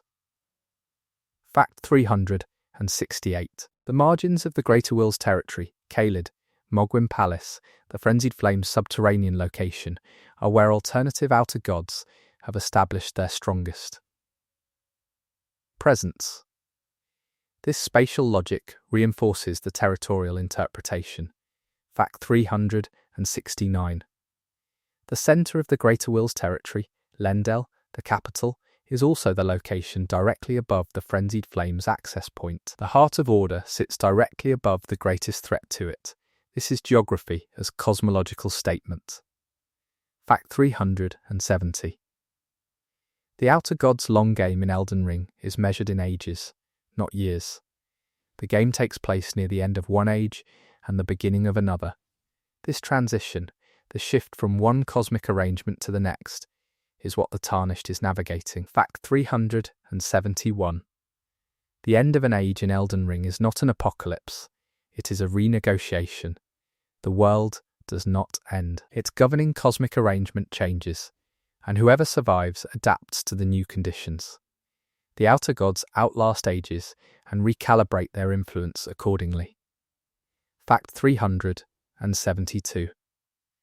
The new age that begins at the end of the game, whatever ending is chosen, will be shaped by the outer god's continued existence. The Greater Will remain. The God of Rot will remain. The Frenzied Flame will remain, unless it was unleashed and completed its work. These forces do not retire. Fact 373. The player who engages with the outer god lore comes away from Elden Ring with a picture of a cosmos that is ancient, competitive, indifferent to its inhabitants, and genuinely incomprehensible in its full extent. It is not a comfortable picture, fact 374. But it is an honest one, and the game earns its darkness by also being full of individuals who found meaning, connection, and purpose within this uncomforting reality. The outer gods are what the characters are up against, and the characters are extraordinary. Fact 375. The outer god lore is, in the end, a meditation on what it means to be small in a large universe, to be shaped by forces you did not choose, and to act with integrity anyway. This is the game's oldest and deepest theme, and the outer gods are the structure it uses to make that theme concrete. Fact 376. The outer gods gave the lands between its current shape. The Tarnished gets to decide its next one. That handoff, that transfer of at least limited agency from cosmic forces to a mortal vessel at the moment of an age's ending, is what makes the game's finale feel genuinely earned.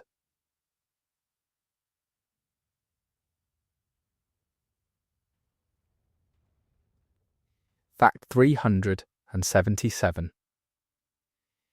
The outer gods will be there for the next age's beginning. They will watch its development with whatever constitutes watching for an entity of their scale. They will wait for the next disruption, the next vessel, the next opportunity. Fact 378.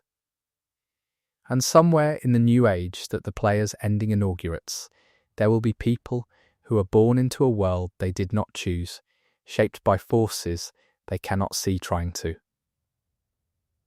understand the shape of their lives. The outer gods will be the frame of their world too, just as they were for Melania, for Ranni, for Mog, for Marika. Fact 379. The outer gods endure. The lore of Elden Ring endures because of them. The game's world is rich enough to sustain the kind of ongoing inquiry that great worlds sustain, precisely because the outer gods introduce genuine mystery at the deepest level. Fact 380.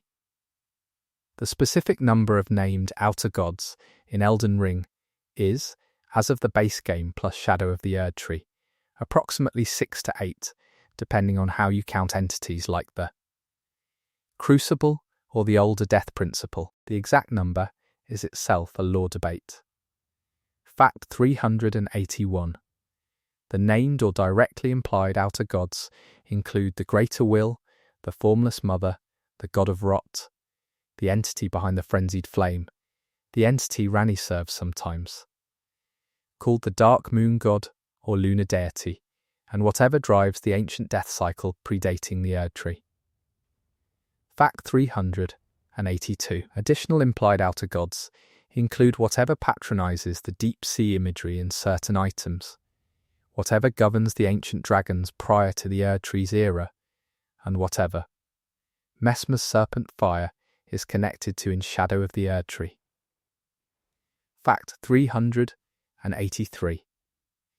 The total number of outer gods in the Elden Ring cosmos is genuinely unknown, and is intended to be unknown. The setting implies a universe full of them, most of which have never interacted with the lands between, and may never do so.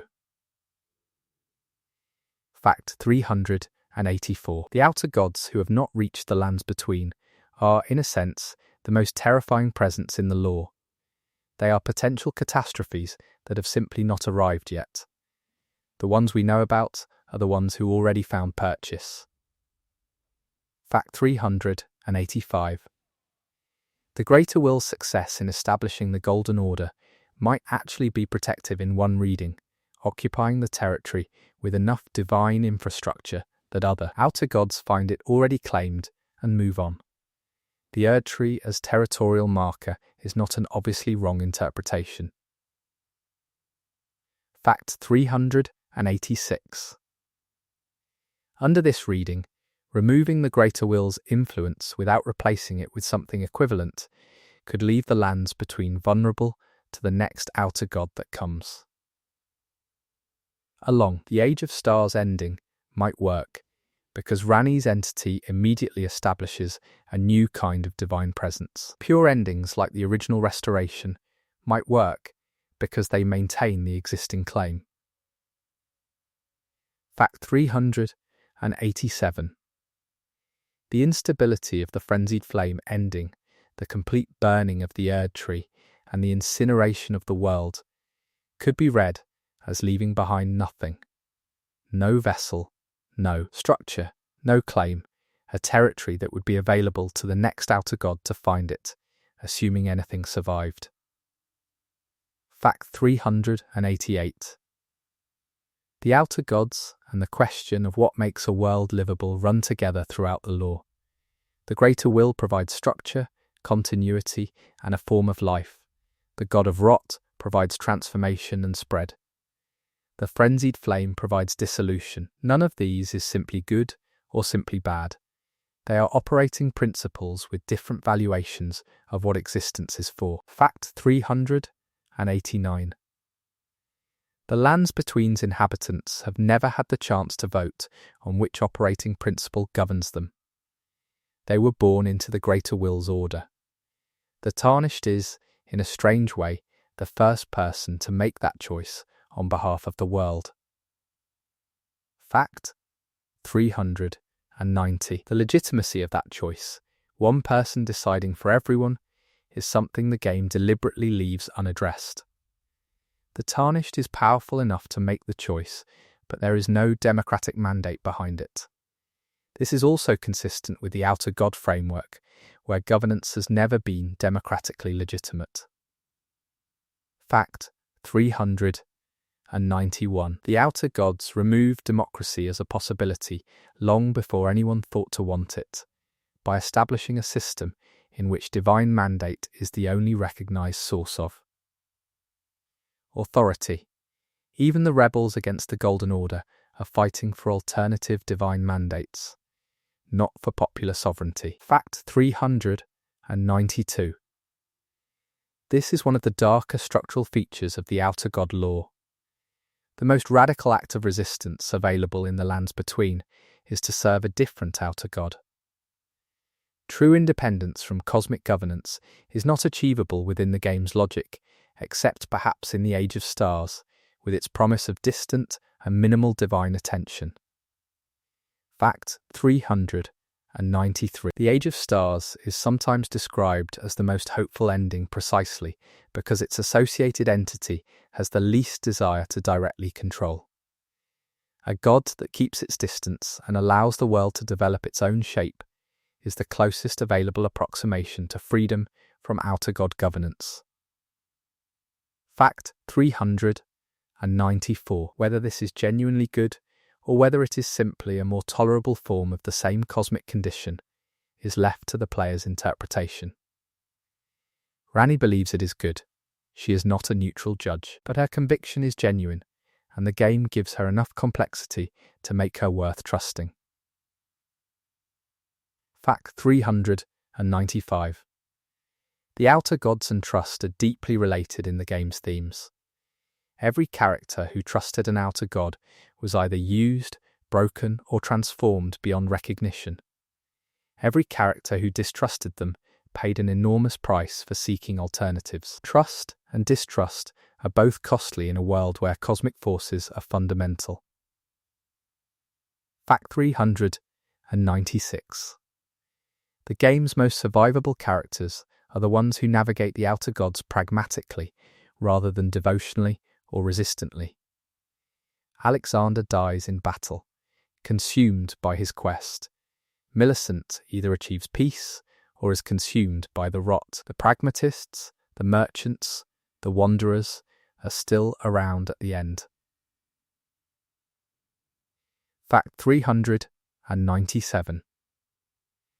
The pragmatists survive, but they do not transform anything. The world is changed by the devoted and the resistant, the Marnicus and the Ranis and the Mogs, all of whom were destroyed in the process.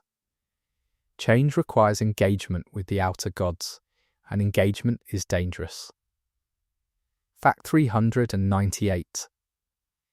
The cost of engaging with cosmic forces is one of the game's most consistent messages, and it is delivered through the fates of its most compelling characters. To touch an Outer God's domain is to be changed by it, and usually not in ways that are survivable.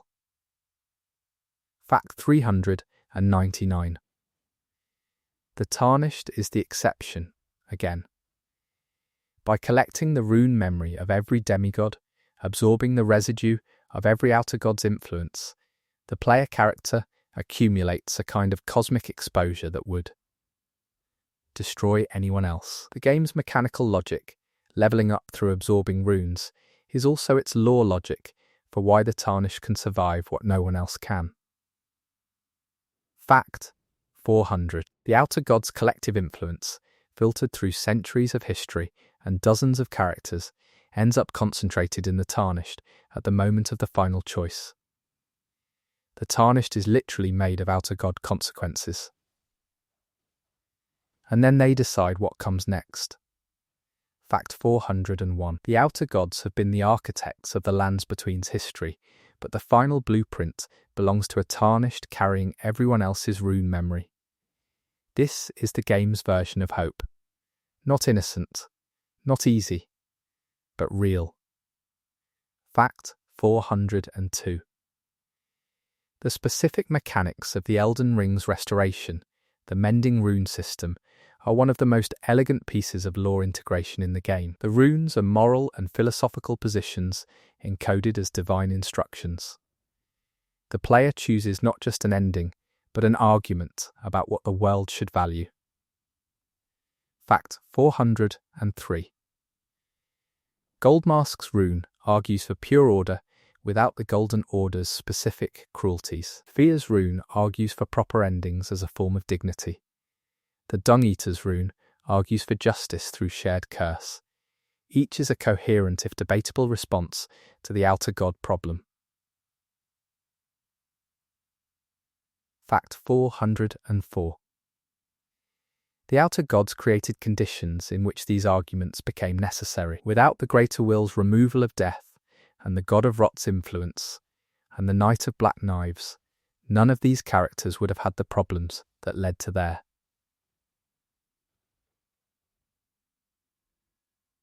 respective philosophical positions. Fact 405. The outer gods are, indirectly, the reason the game's characters are as richly developed as they are. Extreme conditions produce extreme responses, and the outer gods have created some of the most extreme conditions in any game world. Fact 406. The richness of Elden Ring's character work is a consequence of the cosmological framework the outer gods provide. This is lore-serving narrative, not replacing it. Fact 407. The outer god's relationship to the player's own motivation is worth considering. Most players who engage deeply with the lore do so not because they were told to, but because the world is intriguing enough to pull them in. The outer gods are part of what makes the world intriguing. Fact 408. The mystery of the greater will, the horror of the god of rot, the dread of the Frenzied Flame entity, the fascination of the dark moon, these are emotional responses to lore. Elements that were crafted to produce exactly these responses. The design of the outer gods is also emotional design. Fact 409. From Software has been building toward this kind of cosmological depth since the first Dark Souls, in which the Age of Fire and the cycle of linking the flame suggested a cosmic force managing the world's heat for its own purposes. Elden Ring is the most complete expression of this design tradition. Fact 410. The outer gods in Elden Ring are the culmination of decades of iterative world-building, each game deepening the idea of a cosmos indifferent to its inhabitants, governed by forces that are powerful, ancient, and ultimately mysterious. Fact 411. The Bloodborne Great Ones are the clearest precedent for the outer gods in From Software's catalogue. Their alien intellect, their use of human vessels, their incomprehensibility to the characters who encounter them, all prefigure the outer god framework. Elden Ring expands this into a full cosmological system. Fact 412. The difference between the Great Ones of Bloodborne and the outer gods of Elden Ring is scale and multiplicity. In Bloodborne, the cosmic horror is centered on a specific location and a limited cast of entities. In Elden Ring, the outer gods are system-wide, and the world is their operating territory. Fact 413. The step from Bloodborne's cosmic horror to Elden Ring's cosmic geopolitics is significant. The outer gods are not just horror elements, they are power brokers, and the game's narrative is in part a story about what happens when their interests conflict. Fact 414. The outer god's presence in the lore also provides a mechanism for the game's famous difficulty to be lore consistent. The world is harsh because it has been shaped by forces that do not care about human flourishing. The player is not having a hard time because the designers are mean. The world is hard because it was built by entities for whom difficulty is not a relevant category. Fact 415. The design philosophy and the lore philosophy are unified in this respect. Hard world, uncaring cosmos, mortal agency constrained but real. The game's feel and the game's story are the same statement. Fact 416. The outer gods are also consistent with the game's visual design philosophy. Large, indifferent, beautiful, and slightly wrong. The Erd Tree is the most beautiful object in the game, and it is the instrument of a cosmic force that manages its population like a resource. Fact 417. The golden colour of grace of the Erd Tree, of Golden Order magic, is simultaneously genuinely beautiful and genuinely ominous once you understand what it represents. This dual quality, beauty and wrongness combined, is one of the game's signature aesthetic achievements. Fact 418. The Outer Gods are the reason the Lands Between feels like a world with a history rather than a setting with a backstory. History implies causes, and the Outer Gods are the causes behind everything significant that happened before the player arrived. Fact 419. The Shattering is history's most recent catastrophe, and it is entirely attributable to Outer God dynamics, the Greater Will's project colliding with Ranni's rebellion and Marika's grief. Everything the player walks through is the aftermath. Fact 420. The aftermath quality of the game world is part of its emotional texture. The world feels emptied out, late, past its moment of crisis. The crisis was the Outer Gods' doing. The cleanup belongs to whoever is left. Fact 421. The Tarnished walking through ruined Stormvale, through blighted Caelid, through the blood-soaked underground, is walking through the consequences of events they had no part in. Creating. They arrive as inheritors of a disaster they did not cause. Fact 422. This is the most universally relatable aspect of the game's emotional logic. Everyone inherits a world they did not make. Everyone navigates consequences of choices that predate them. The Outer Gods make this experience cosmologically literal in a way that is both fantastical and genuinely resonant. Fact 423. The Outer God lore rewards the investment players put into it by making the world feel genuinely inhabited and genuinely historical.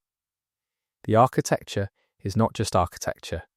The ruins are not just ruins. Everything has a story that connects to something larger, and the Outer Gods are what makes those connections meaningful. Fact 424. The connections are not always obvious. Sometimes a minor item description contains a detail that retroactively clarifies something in a completely different part of the world. This network of cross-references constitutes a kind of hidden map of Outer God influence that rewards attentive players. Fact 425. The Outer Gods are the nodes in this hidden map. Every cross-reference, every unexpected connection between items in different regions or traditions is ultimately traceable to an entity whose influence radiated outward from a central point of contact. Fact 426. The Formless Mother connects blood magic to the underground Mogwin Palace, to Mohg's history, to the stigmata of the Omen, to the aesthetic of the blood ceremonies, to the goal of building a blood dynasty. All of these things are nodes in one Outer God's web. Fact 427. The Greater Will connects the Erd Tree to the two fingers, to the finger readers, to the Golden Order theology, to the architecture of Lendel, to the grace pathways, to the Tarnished's journey, to the Elden Ring itself. That is one of the most extensive networks of narrative and world-building elements in any game. Fact 428. The God of Rot connects Malenia to Caelid, to Lake Rot, to the Scarlet Aeonia, to the Rot-spawn creatures, to Millicent, to the Five Valkyries, to the whole question of what Miquella's twin's suffering means for his plan. Fact 429. The Frenzied Flame connects the Three Fingers to Hyetta, to the Frenzied Flame prescription, to the underground shunning grounds, to the roots of the Erd Tree, to the Lord of Chaos, ending to Melina's vow. Fact 430.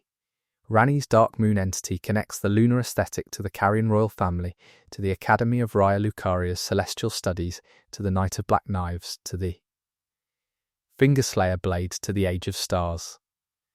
Fact 431. These networks overlap, conflict, and occasionally produce characters who are touched by more than one Outer God's influence. The resulting complexity is what makes the lore feel alive rather than schematic.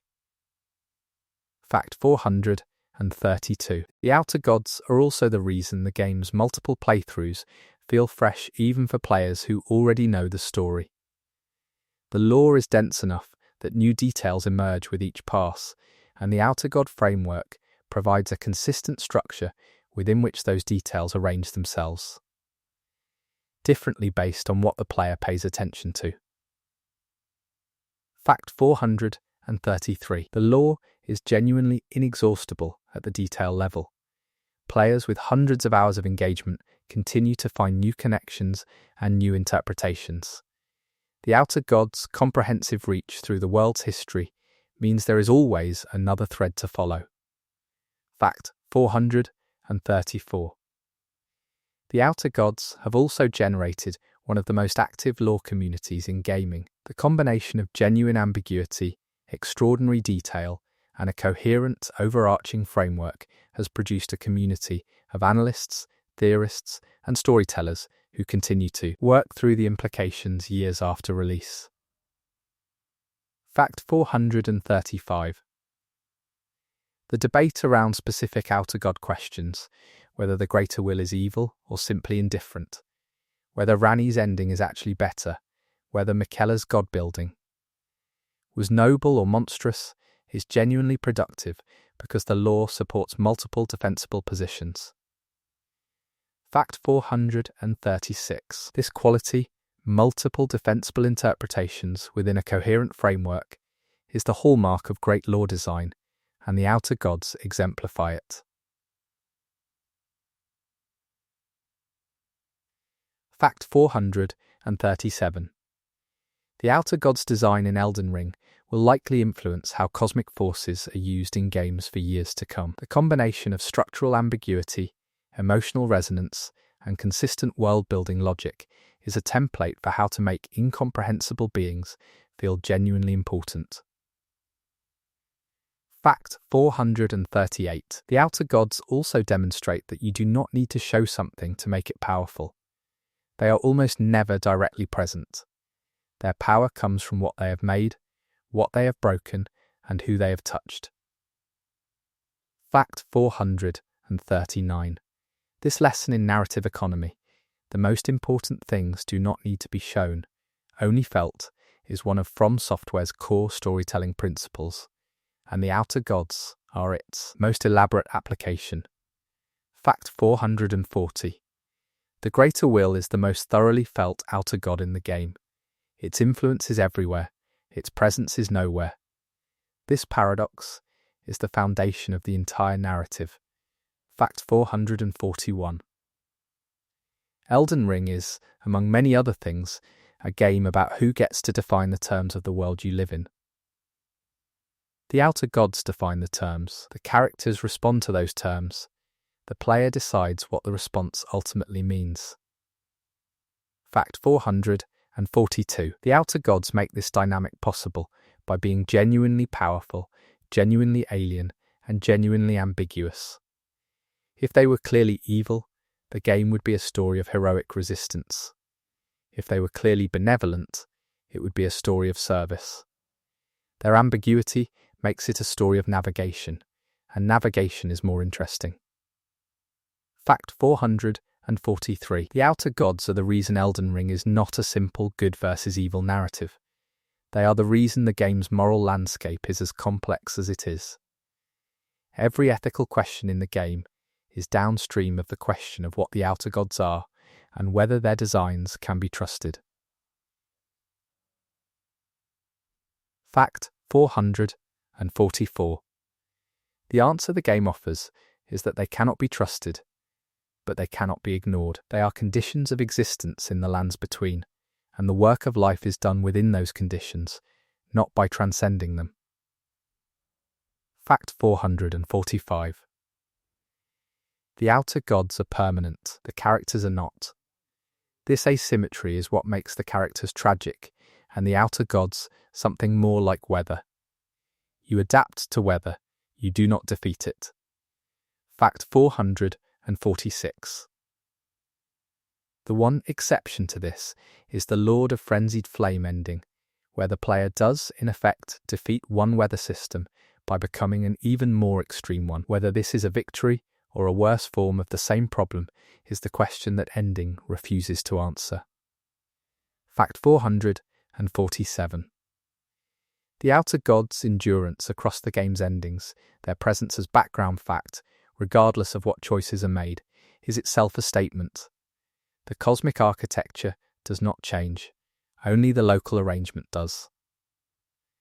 Fact 448. The local arrangement is what the lives of people in the lands between consist of. The cosmic architecture is what the outer gods consist of. The game asks you to care about both, but to act in the local. Fact 449. The outer gods are what make the local feel genuinely significant. A choice made in a small world is a small choice. A choice made in a world shaped by incomprehensible forces at the moment of an age's turning is something else entirely. Fact 450. The Tarnished's choice at the end of Elden Ring is made in that second register, against the backdrop of the Greater Will's silence, the God of Rot's propagation, the Frenzied Flame's waiting, and the Dark Moon's cold observation, a Tarnished covered in the rune memory of a shattered age chooses what comes next. Fact 451. This is the outer god's final contribution to the narrative. By establishing the scale of what is at stake, they make the ending feel like it matters. The ending matters because the outer gods made the world matter. Fact 452. The outer gods are indifferent to the Tarnished's choice. They will persist regardless, but the choice shapes which of their influences dominates the next age, and that shaping, that tiny redirection of vast forces by a mortal who should not have been able to do anything at all, is the game's quiet triumph. Fact 453. The outer gods did not anticipate the Tarnished. The Greater Will called them back, yes, but what the Tarnished does with that call is not foreordained. The outer gods' plans all assume vessels and instruments who serve specific functions. A vessel who accumulates all the functions is, in a sense, outside the model. Fact 454. The Tarnished as anomaly in the outer god system is the game's most optimistic idea. The system is comprehensive, ancient, and powerful, but it did not account for this specific configuration of accumulated choices, and that gap is where the player exists. Fact 455. The outer gods made the gap without intending to. Marika's grief and Ranni's rebellion and the Night of Black Knives were all, from the Greater Will's perspective, failures of the system. But those failures are what created the conditions for a genuinely free choice. Fact 456. The outer gods' greatest mistake, from their own perspective, was allowing their system to be used by characters who had their own agendas. Marika had her grief, Ranni had her refusal, even Mog had his ambition. The system that was supposed to produce instruments produced people instead. Fact 457. People are the problem for the outer gods. Not power, not weapons, not even other outer gods. People who feel things, who refuse, who grieve, who imagine alternatives, are the most disruptive force in the lands between.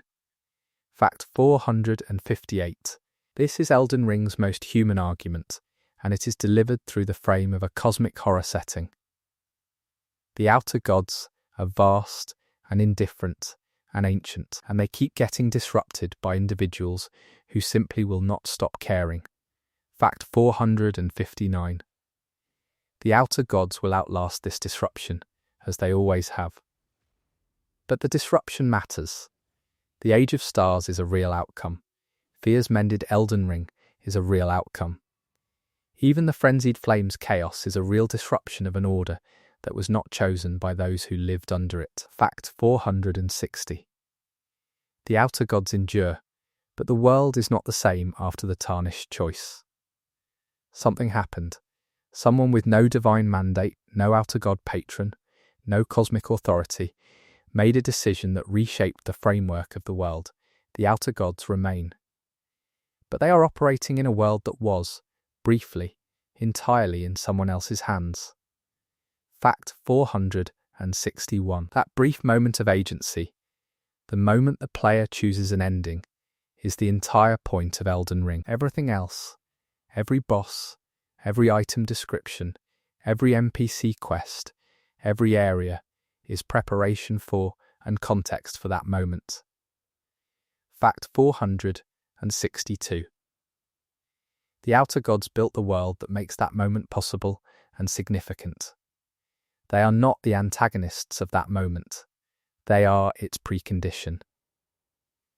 Fact 463. The outer gods of Elden Ring are, in the end, the most carefully designed version of cosmic indifference in the history of games. They are alien, enduring, beautiful, terrifying, and structurally essential to everything the game means. Fact 464. Everything that happens in the lands between is a consequence of their presence. Everything the game makes you feel is a product of that consequence. And the ending, the small, enormous, human, and cosmically significant ending, is the game's answer to the question of what a person can do in a world they did not make. Fact 465. The outer gods are still there when the credits roll. You said, continue for an additional 8 hours, continue for an additional 8 hours 22:18. Claude responded. 465. Additional outer god facts. Explained. 465. Additional outer god facts. Explained. We are going back in. If you made it through the first 465 facts, you already know how deep this goes, and we are about to go considerably deeper. Everything from the margins of the lore, the speculative readings, the overlooked details, and the questions that the community has been arguing about since launch. All of it is here. Fact 466. The Greater Will's name is deceptively simple. It does not have a name in the traditional sense, a proper noun that identifies it as an individual. It has a title, a description of function. This is consistent with an entity for whom individuality in the mortal sense is probably not a relevant category. Fact 467. The naming conventions for outer gods in the game follow a pattern. The Formless Mother is named for what she lacks, form. The God of Rot is named for what she produces. The Greater Will is named for what she exerts. The names are functional descriptors, not identities. Fact 468. This naming pattern suggests that the characters who assign these names were doing so from the outside, describing what they observed rather than what the entities revealed about themselves. The outer gods did not name themselves in the game's lore, because they have never spoken. Fact 469. The silence of the outer gods is not just a narrative device, it is theologically significant within the world.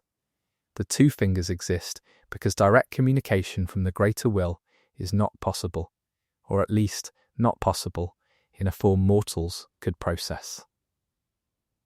Fact 470. The mediation of divine will through interpreters is a feature of real-world religious history as well, and From Software leans into this parallel deliberately. Prophets, oracles, and finger readers all occupy the same structural position, translating something incomprehensible into actionable guidance. Fact 471. The unreliability of this mediation is a consistent theme. The two fingers can go silent. The finger readers can misinterpret. The messages passed down through generations of religious institution inevitably drift from the original signal.